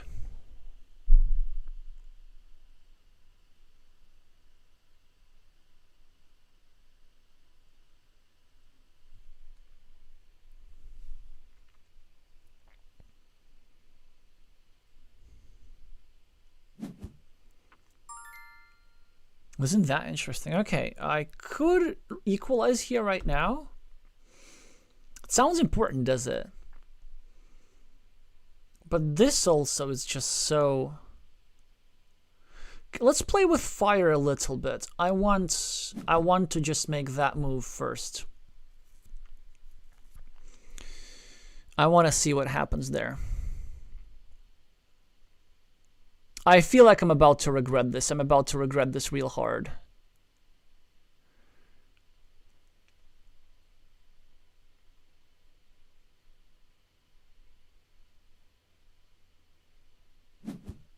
Yep, and I don't have a blocking tile, and this is looking bad.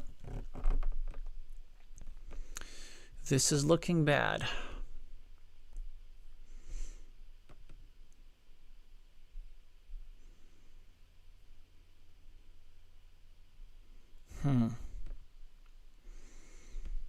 Do we go here? Let's just do this. Let's try to be as efficient as possible, kind of thinking of compensation.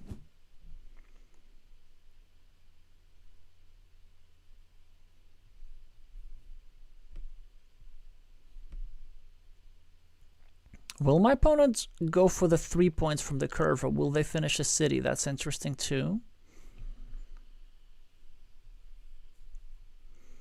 Yeah, maybe I was a bit too nonchalant about this threat.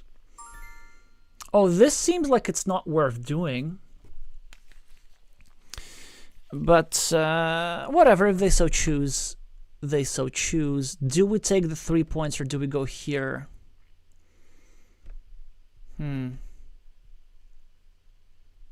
Or do we go here perhaps and try a block with a straight line? I think blocking is pretty important. They will, of course, defend.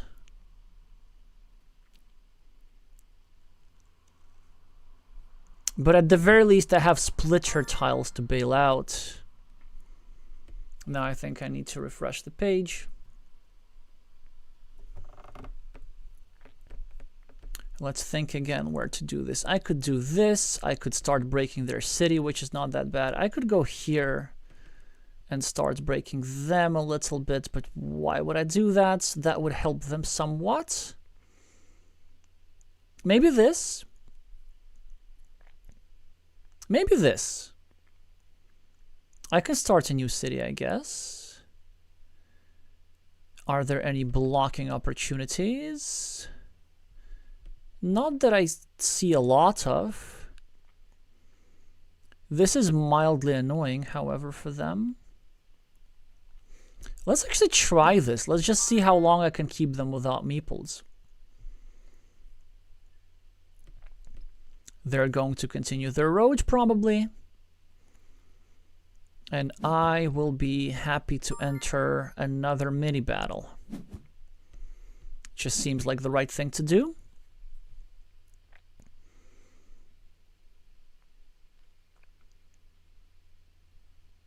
Yeah, their setups are absolutely terrifying.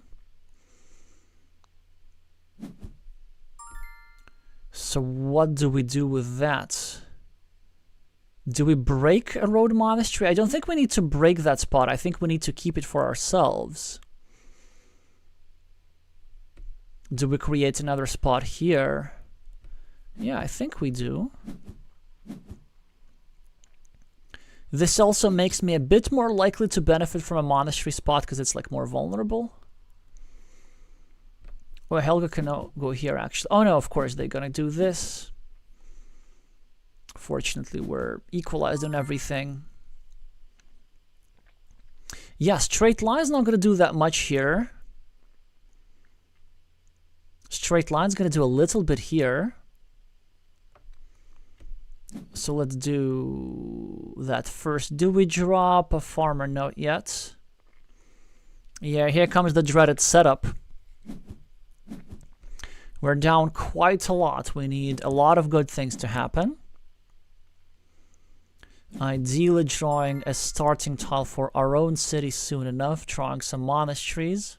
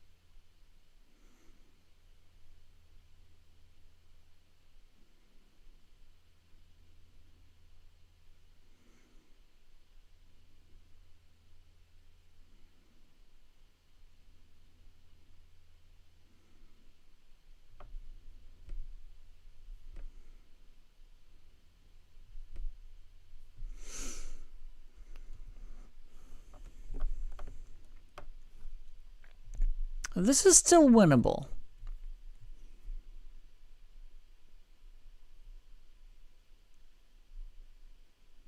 But quite a few good things would need to occur for this.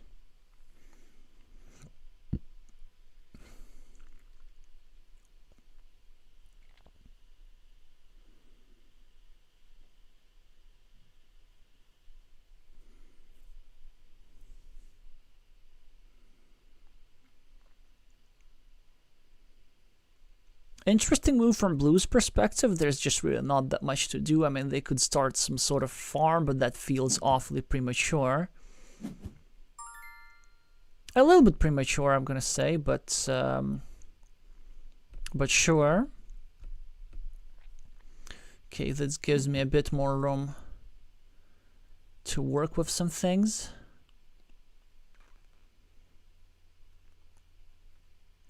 Now I get a tile which is going to make me regret some of my moves, but that's okay.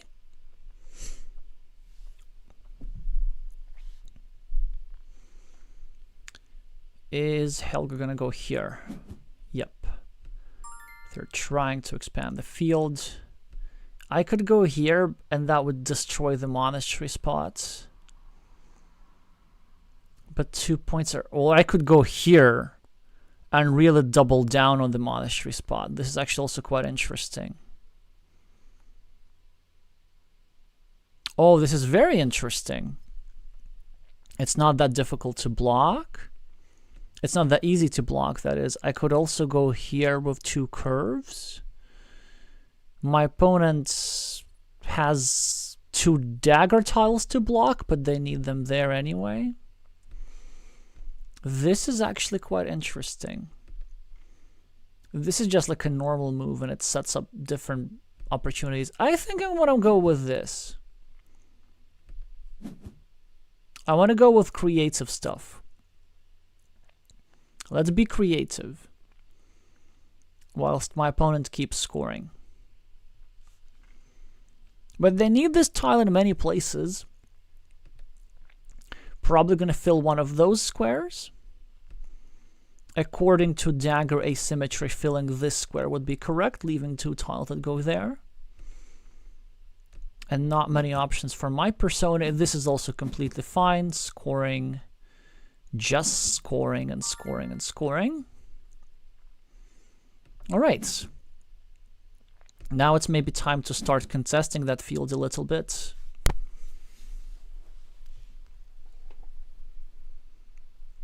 Because eventually I'm going to get some sort of meeple back as well.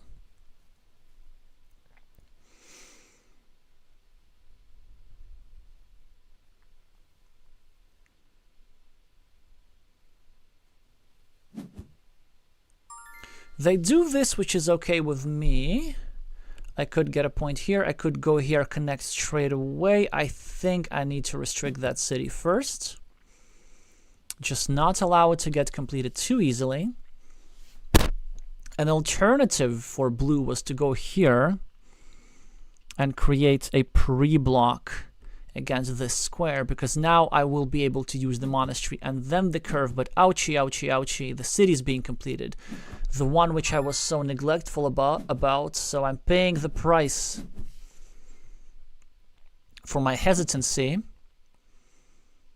However, I do get something a little bit nice. My opponent can start blocking my city a little bit. I doubt they're even going to bother doing that. Surprisingly, I'm still alive in this game. Yeah, they do this. Now we go in this area and we also drop a farmer. So we're going to be taking over that field eventually, which is quite nice.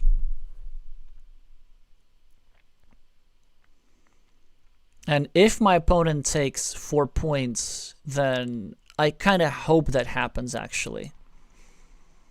I mean, it's a natural move for them to make, to just score 4 points. Then there's going to give me some real chances.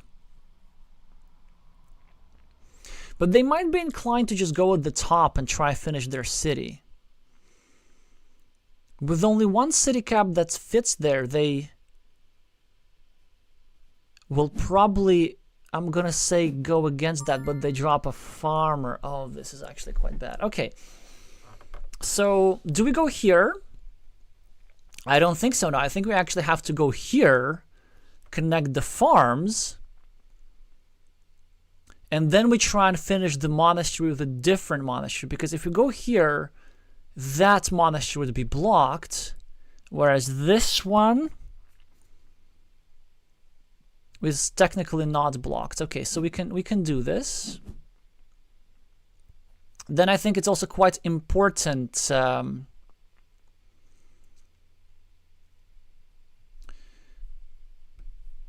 control the city cap as well, just to not allow any farming platforms too easily.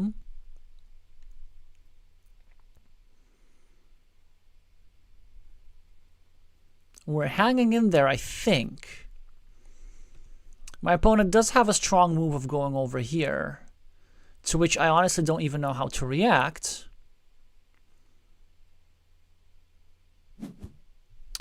But they go over here instead, which is okay, but it's not that strong. So now I can get a meeple back, which means a great deal to me.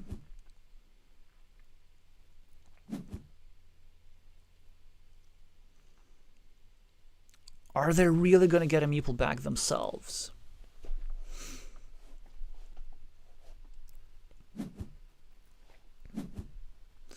Sure, why not?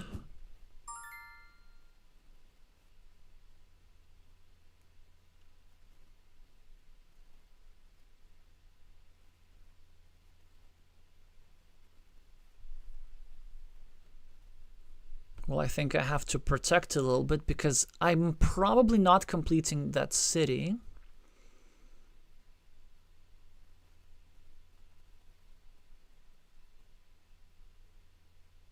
Or I could try and block my opponent's city at the top, but I think at this point I'll just have to hope for the dagger.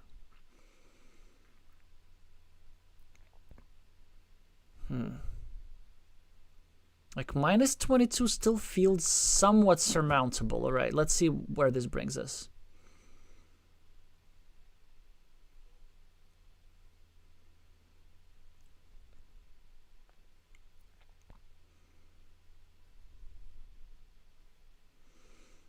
Are they going to take the points or not? Knowing my tile, they should, but they don't do that. Instead, they go that way. Ah, and they actually try and block all entrances to the farm. Which also makes it difficult for me to go here even. Yeah, because now I think I need to get a curve before doing anything. That is rather rough. But what if we go here? Or here, maybe even better. Yes. Then we set up another city cap and a potential blocking opportunity.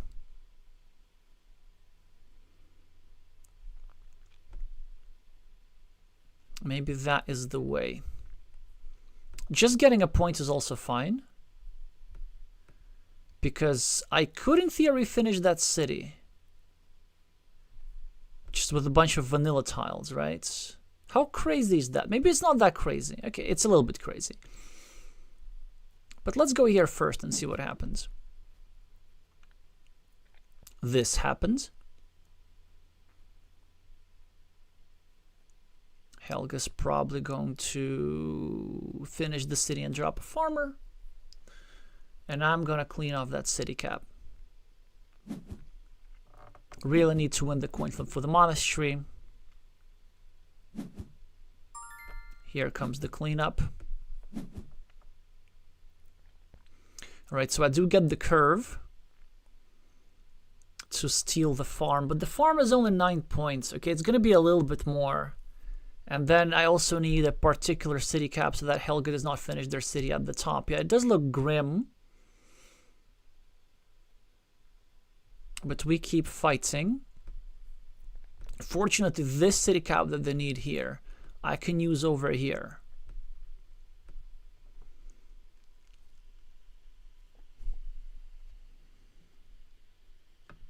I appreciate the encouragement, Nicola.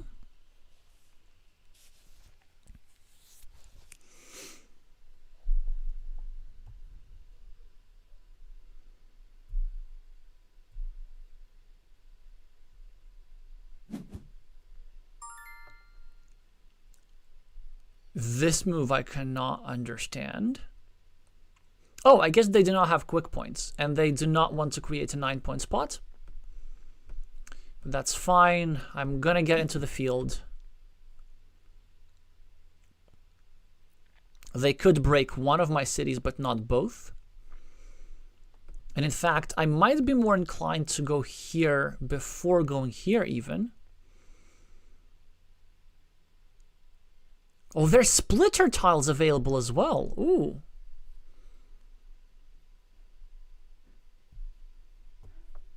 They might be inclined to go here. Yeah, interesting.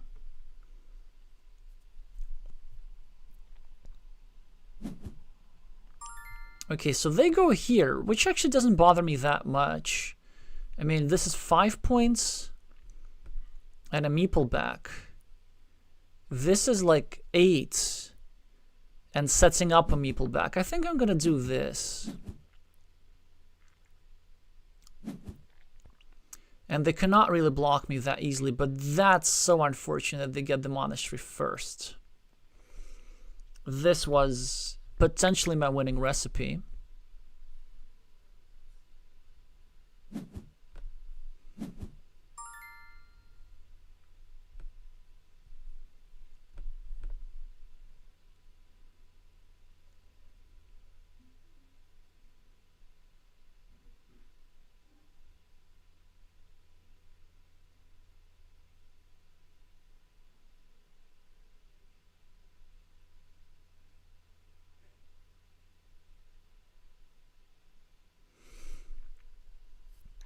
Okay. We need for something good to happen. How do we make that happen? Do we meeple a monastery right now?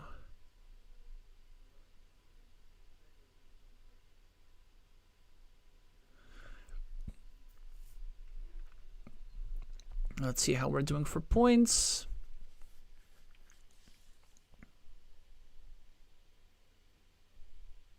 I'm down 10 points, I believe. 10 points.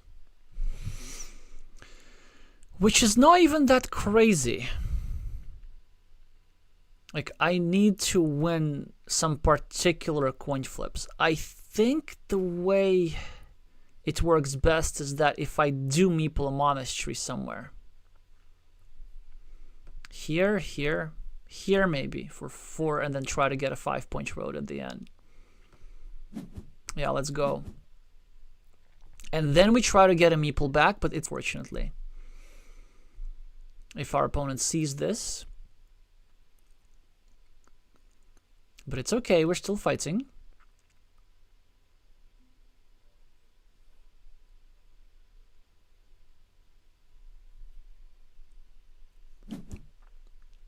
Yeah, they found the block. Can I complete my big city? Technically, actually, yes.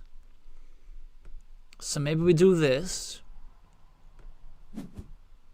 Just create all the threats we can humanly can. All the threats we humanly can.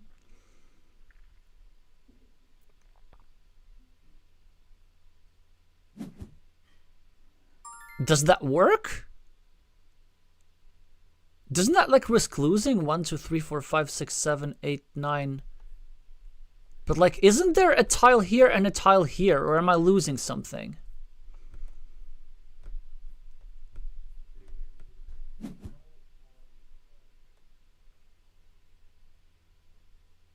Yeah, I think so. I think there was a scenario where I actually win with the dagger and with the Dorito, unless I miscounted the Doritos. But I don't think I did.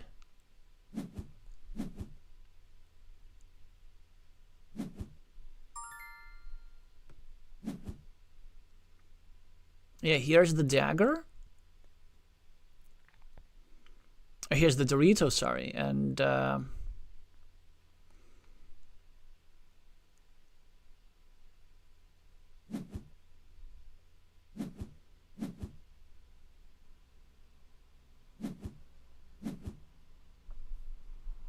I think if my opponent gets 2 curves, then I probably win. So there was like a 1 in 6 chance of that happening. Or 1 in 12 maybe, but something non-zero. Well, let's see what the point difference is. I would probably play this not optimally. I don't think it was terrible. I think maybe I could have finished this city first. I don't know. But I figured we're threatening the recovery of the monastery also so often. And we still have meeples to play with. Like, there are 2 splitters. There's so many things that we can do. Yeah, 13 points, which means that completing the city would have actually done this. If anything, I'm quite okay with how the endgame progressed.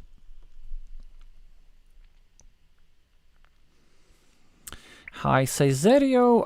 How you can contact me best using the email address on the channel page. Also, Board Game Arena message works.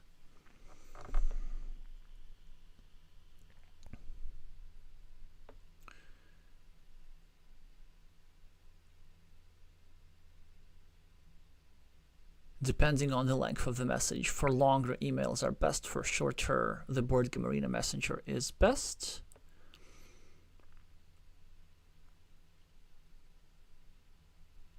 With you drawing the monastery first, that would have been the favorite. I'm not sure, because I think I needed the monastery and the tile here. Yeah, it's very difficult with Stan Helge completing this. With the monastery, though, if we have 1 flip more, and maybe we finish this meeple, maybe we finish this city, maybe we can actually withstand this. Yeah, it's tough to say. I think out of my moves in the game, probably this was a mistake. Definitely several imprecisions. This city was fine. These farmers were fine. I did like quite a lot this comeback route and kind of creating that monastery. So this was what, 13 points with 3 tiles. Definitely messed up with that city over here, just being a little bit too nonchalant and pay the price, and that's a lesson for the future.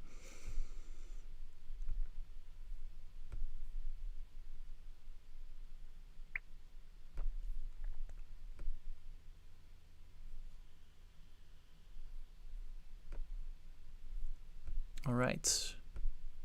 I don't really like finishing the day on a loss. Maybe one quick one. Yeah, there we go.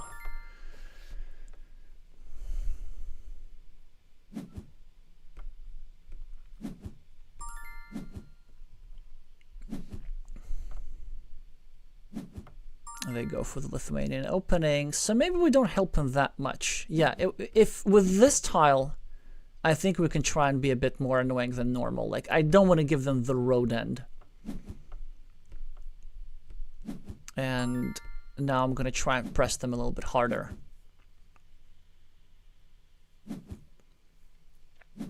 Four points go for me. Now we're going to create some pressure on the other side of the board. In two places, city plus road tiles are needed. Okay, so they're gonna go into a losing mini battle, but at least preserve their meeple on the left. I'm gonna try and play against the meeple on the right. They actually didn't really do anything wrong, I think. I didn't quite catch whether this move was optimal or not, but certainly something to think about. Wait, this is definitely not a good idea. Like, they're losing a meeple there often. Is this the way? I think this might be, or this. Let's just go here. Let's play against two squares. Let's allow them to defend if they want to do that. That is powerful and surprisingly effective. and it works. Okay, this is a bit unfortunate, but we get to block one of their meeples and maybe soon even another one. Yeah, sometimes just being more risky pays off. I have to go here to protect my meeple, because had I not done that, my opponent would have gone here. My meeple would have been blocked towards this square, given that only one starting tile has been remaining. We exchange quick points. They give me back this road for no reason, honestly.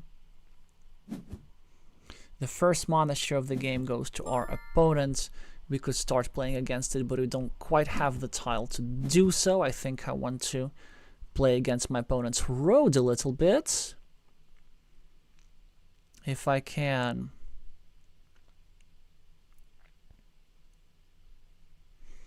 I get a lovely tile, though. Goes here to finish my road and play against the monastery. My opponent appears to have some connection difficulties, perhaps. No, they press it here. This does not scare me too much. I think this should be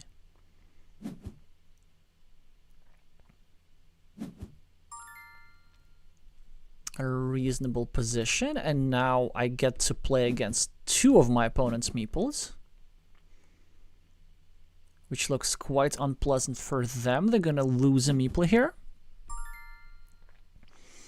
I'm gonna lose one too, but that's fine.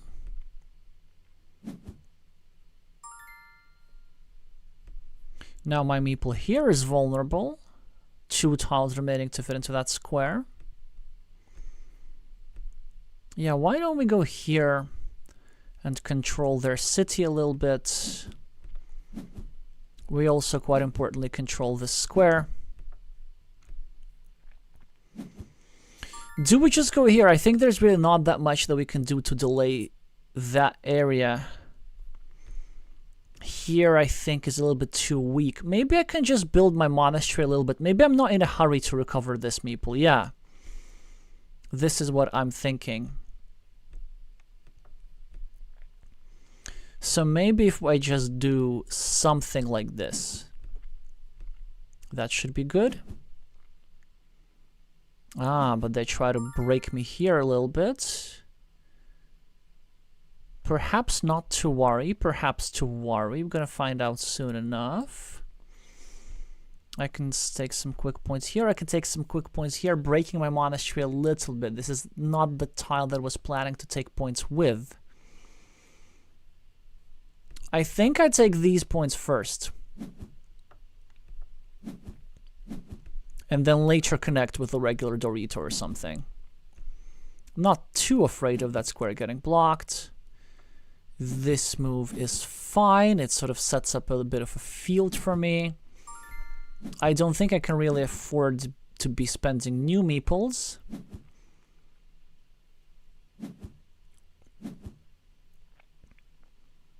Although now I could consider some farmers, actually.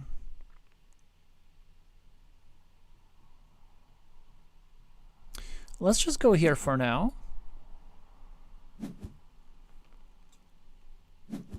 Okay.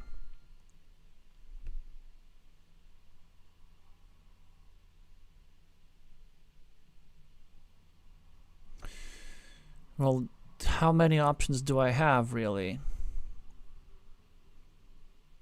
I guess something like this appears to be the move. It's just so natural. I ideally wanted to go here, but I'll have to do it later. And maybe with a farmer, but maybe later.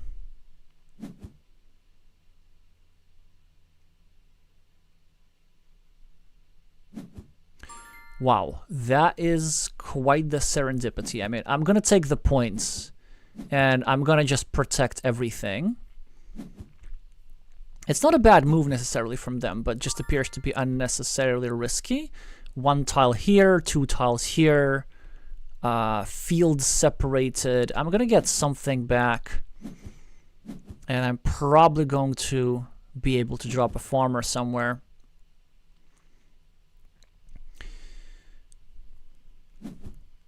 They do get, however, the first of my critical tiles. This 0-point move does not appear to be strong.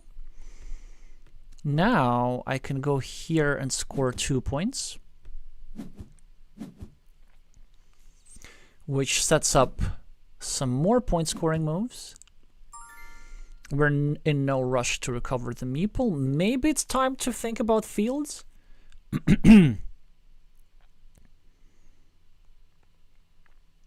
Maybe it's time, yeah, because we can try and also pressure that square a little bit. Yeah, let's go here and try and get a straight line. So we can get a straight line to connect here, or we can go here and try and create a blocking platform. But I think the blocking platform we create with the city cap. So we make this move first. Here comes the quick points. Here is the city cap and the blocking platform, and how will they respond? They do have just one tile that fit into the square, and now they can go there and drop a farmer. Yep, this is quite strong to drop a farmer there. In their situation, they should absolutely risk the last meeple. But now we have a bit of counterplay on the left. Okay, they're preparing to take over the field. Nothing much that we can do, but at least we can cover up their road. Ouch, ouch, ouch, ouch. And they get even more fields. Ay, ay, ay, ay, ay. That's okay. The fields are 15, we're 3 ahead approximately. I can actually take over the ruin right now. It will be difficult to object for them, because they would need to block 2 squares. And I can still get a meeple back with a couple of monasteries. And a couple of other things. Well, not anymore.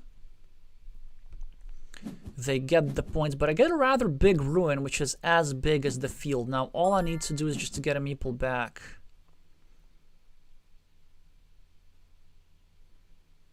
Just one meeple.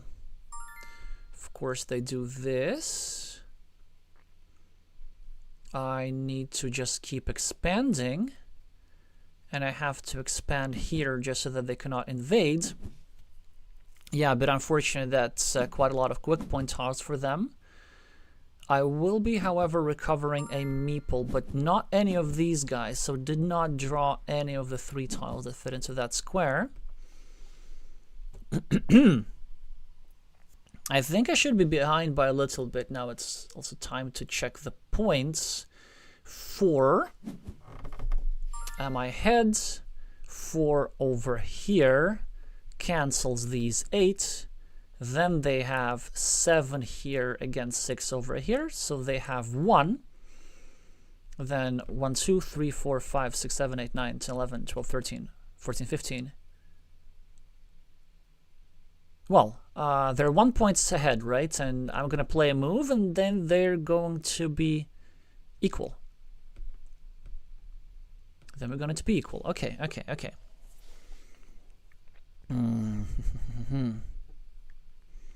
Well, let's do that.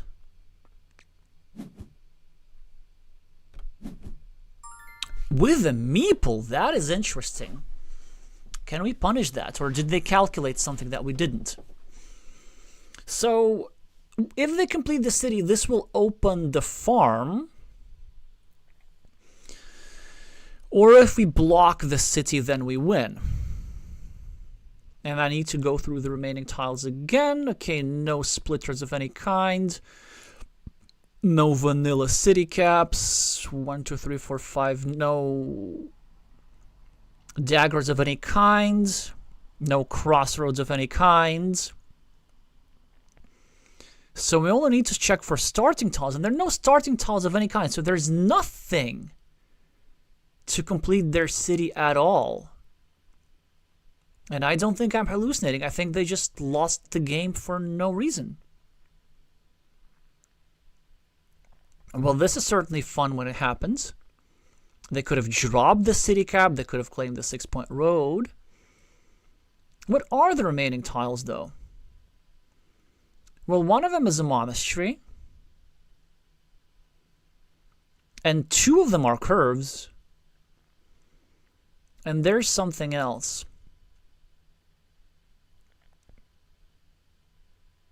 Which is not a straight line. Is that some sort of Dorito? Perhaps. No Doritos. No. Extender, of course. When you don't know which tile remains, this is the extender.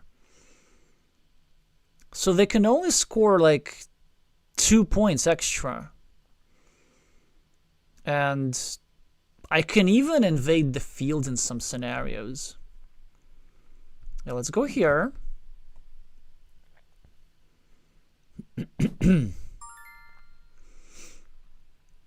Yeah, so now it's equal. And if I go here, it's going to be a coin flip. If I go here, I'm going to be ahead. Then they expand their field. Then I take the road, perhaps. Or something like this.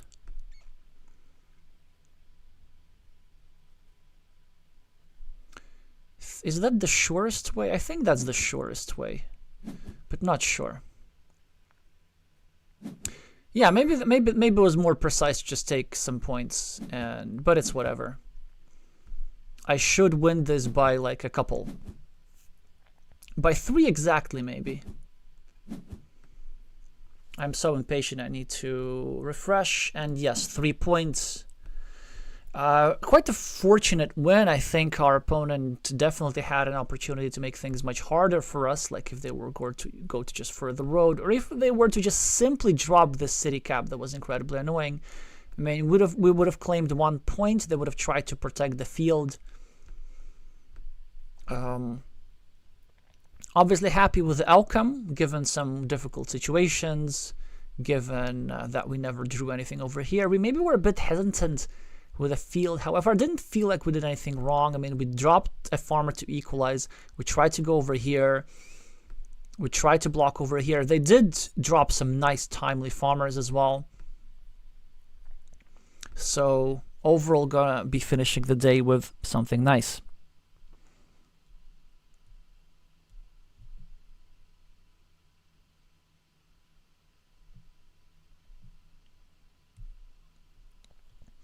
So thank you again for following this far. The improvised content instead of the Borberichi Tito Arce match, which is going to be played at a later date, as soon as possible. We're going to find out soon.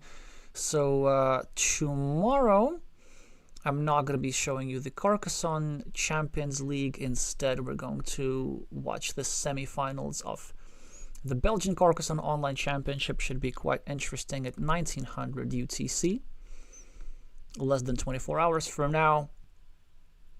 So if you want to keep track, make sure to subscribe to this channel for more competitive Carcassonne content like this.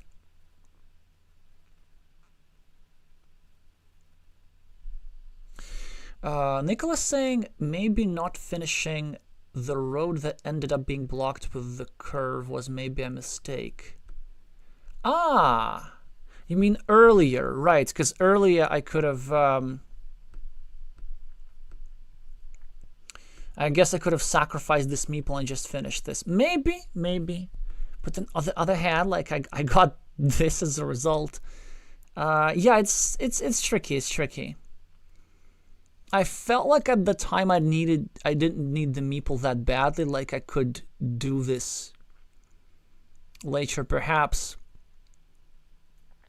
Tough to say which move was best. I don't think this was a blunder or anything. Like there's definitely a case to be made for meeples to stay tighter a little bit. It would have been maybe even a bit harder if my opponent were to go here somehow and try to create a crossroad shaped block. Yeah. On the other hand, the quadruple crossroad was still remaining, so it wasn't possible to block anything completely. Well, anyway, you do get, however, the benefit of just recovering the meeple quicker and having that temporary meeple advantage, and maybe in that sense it was better.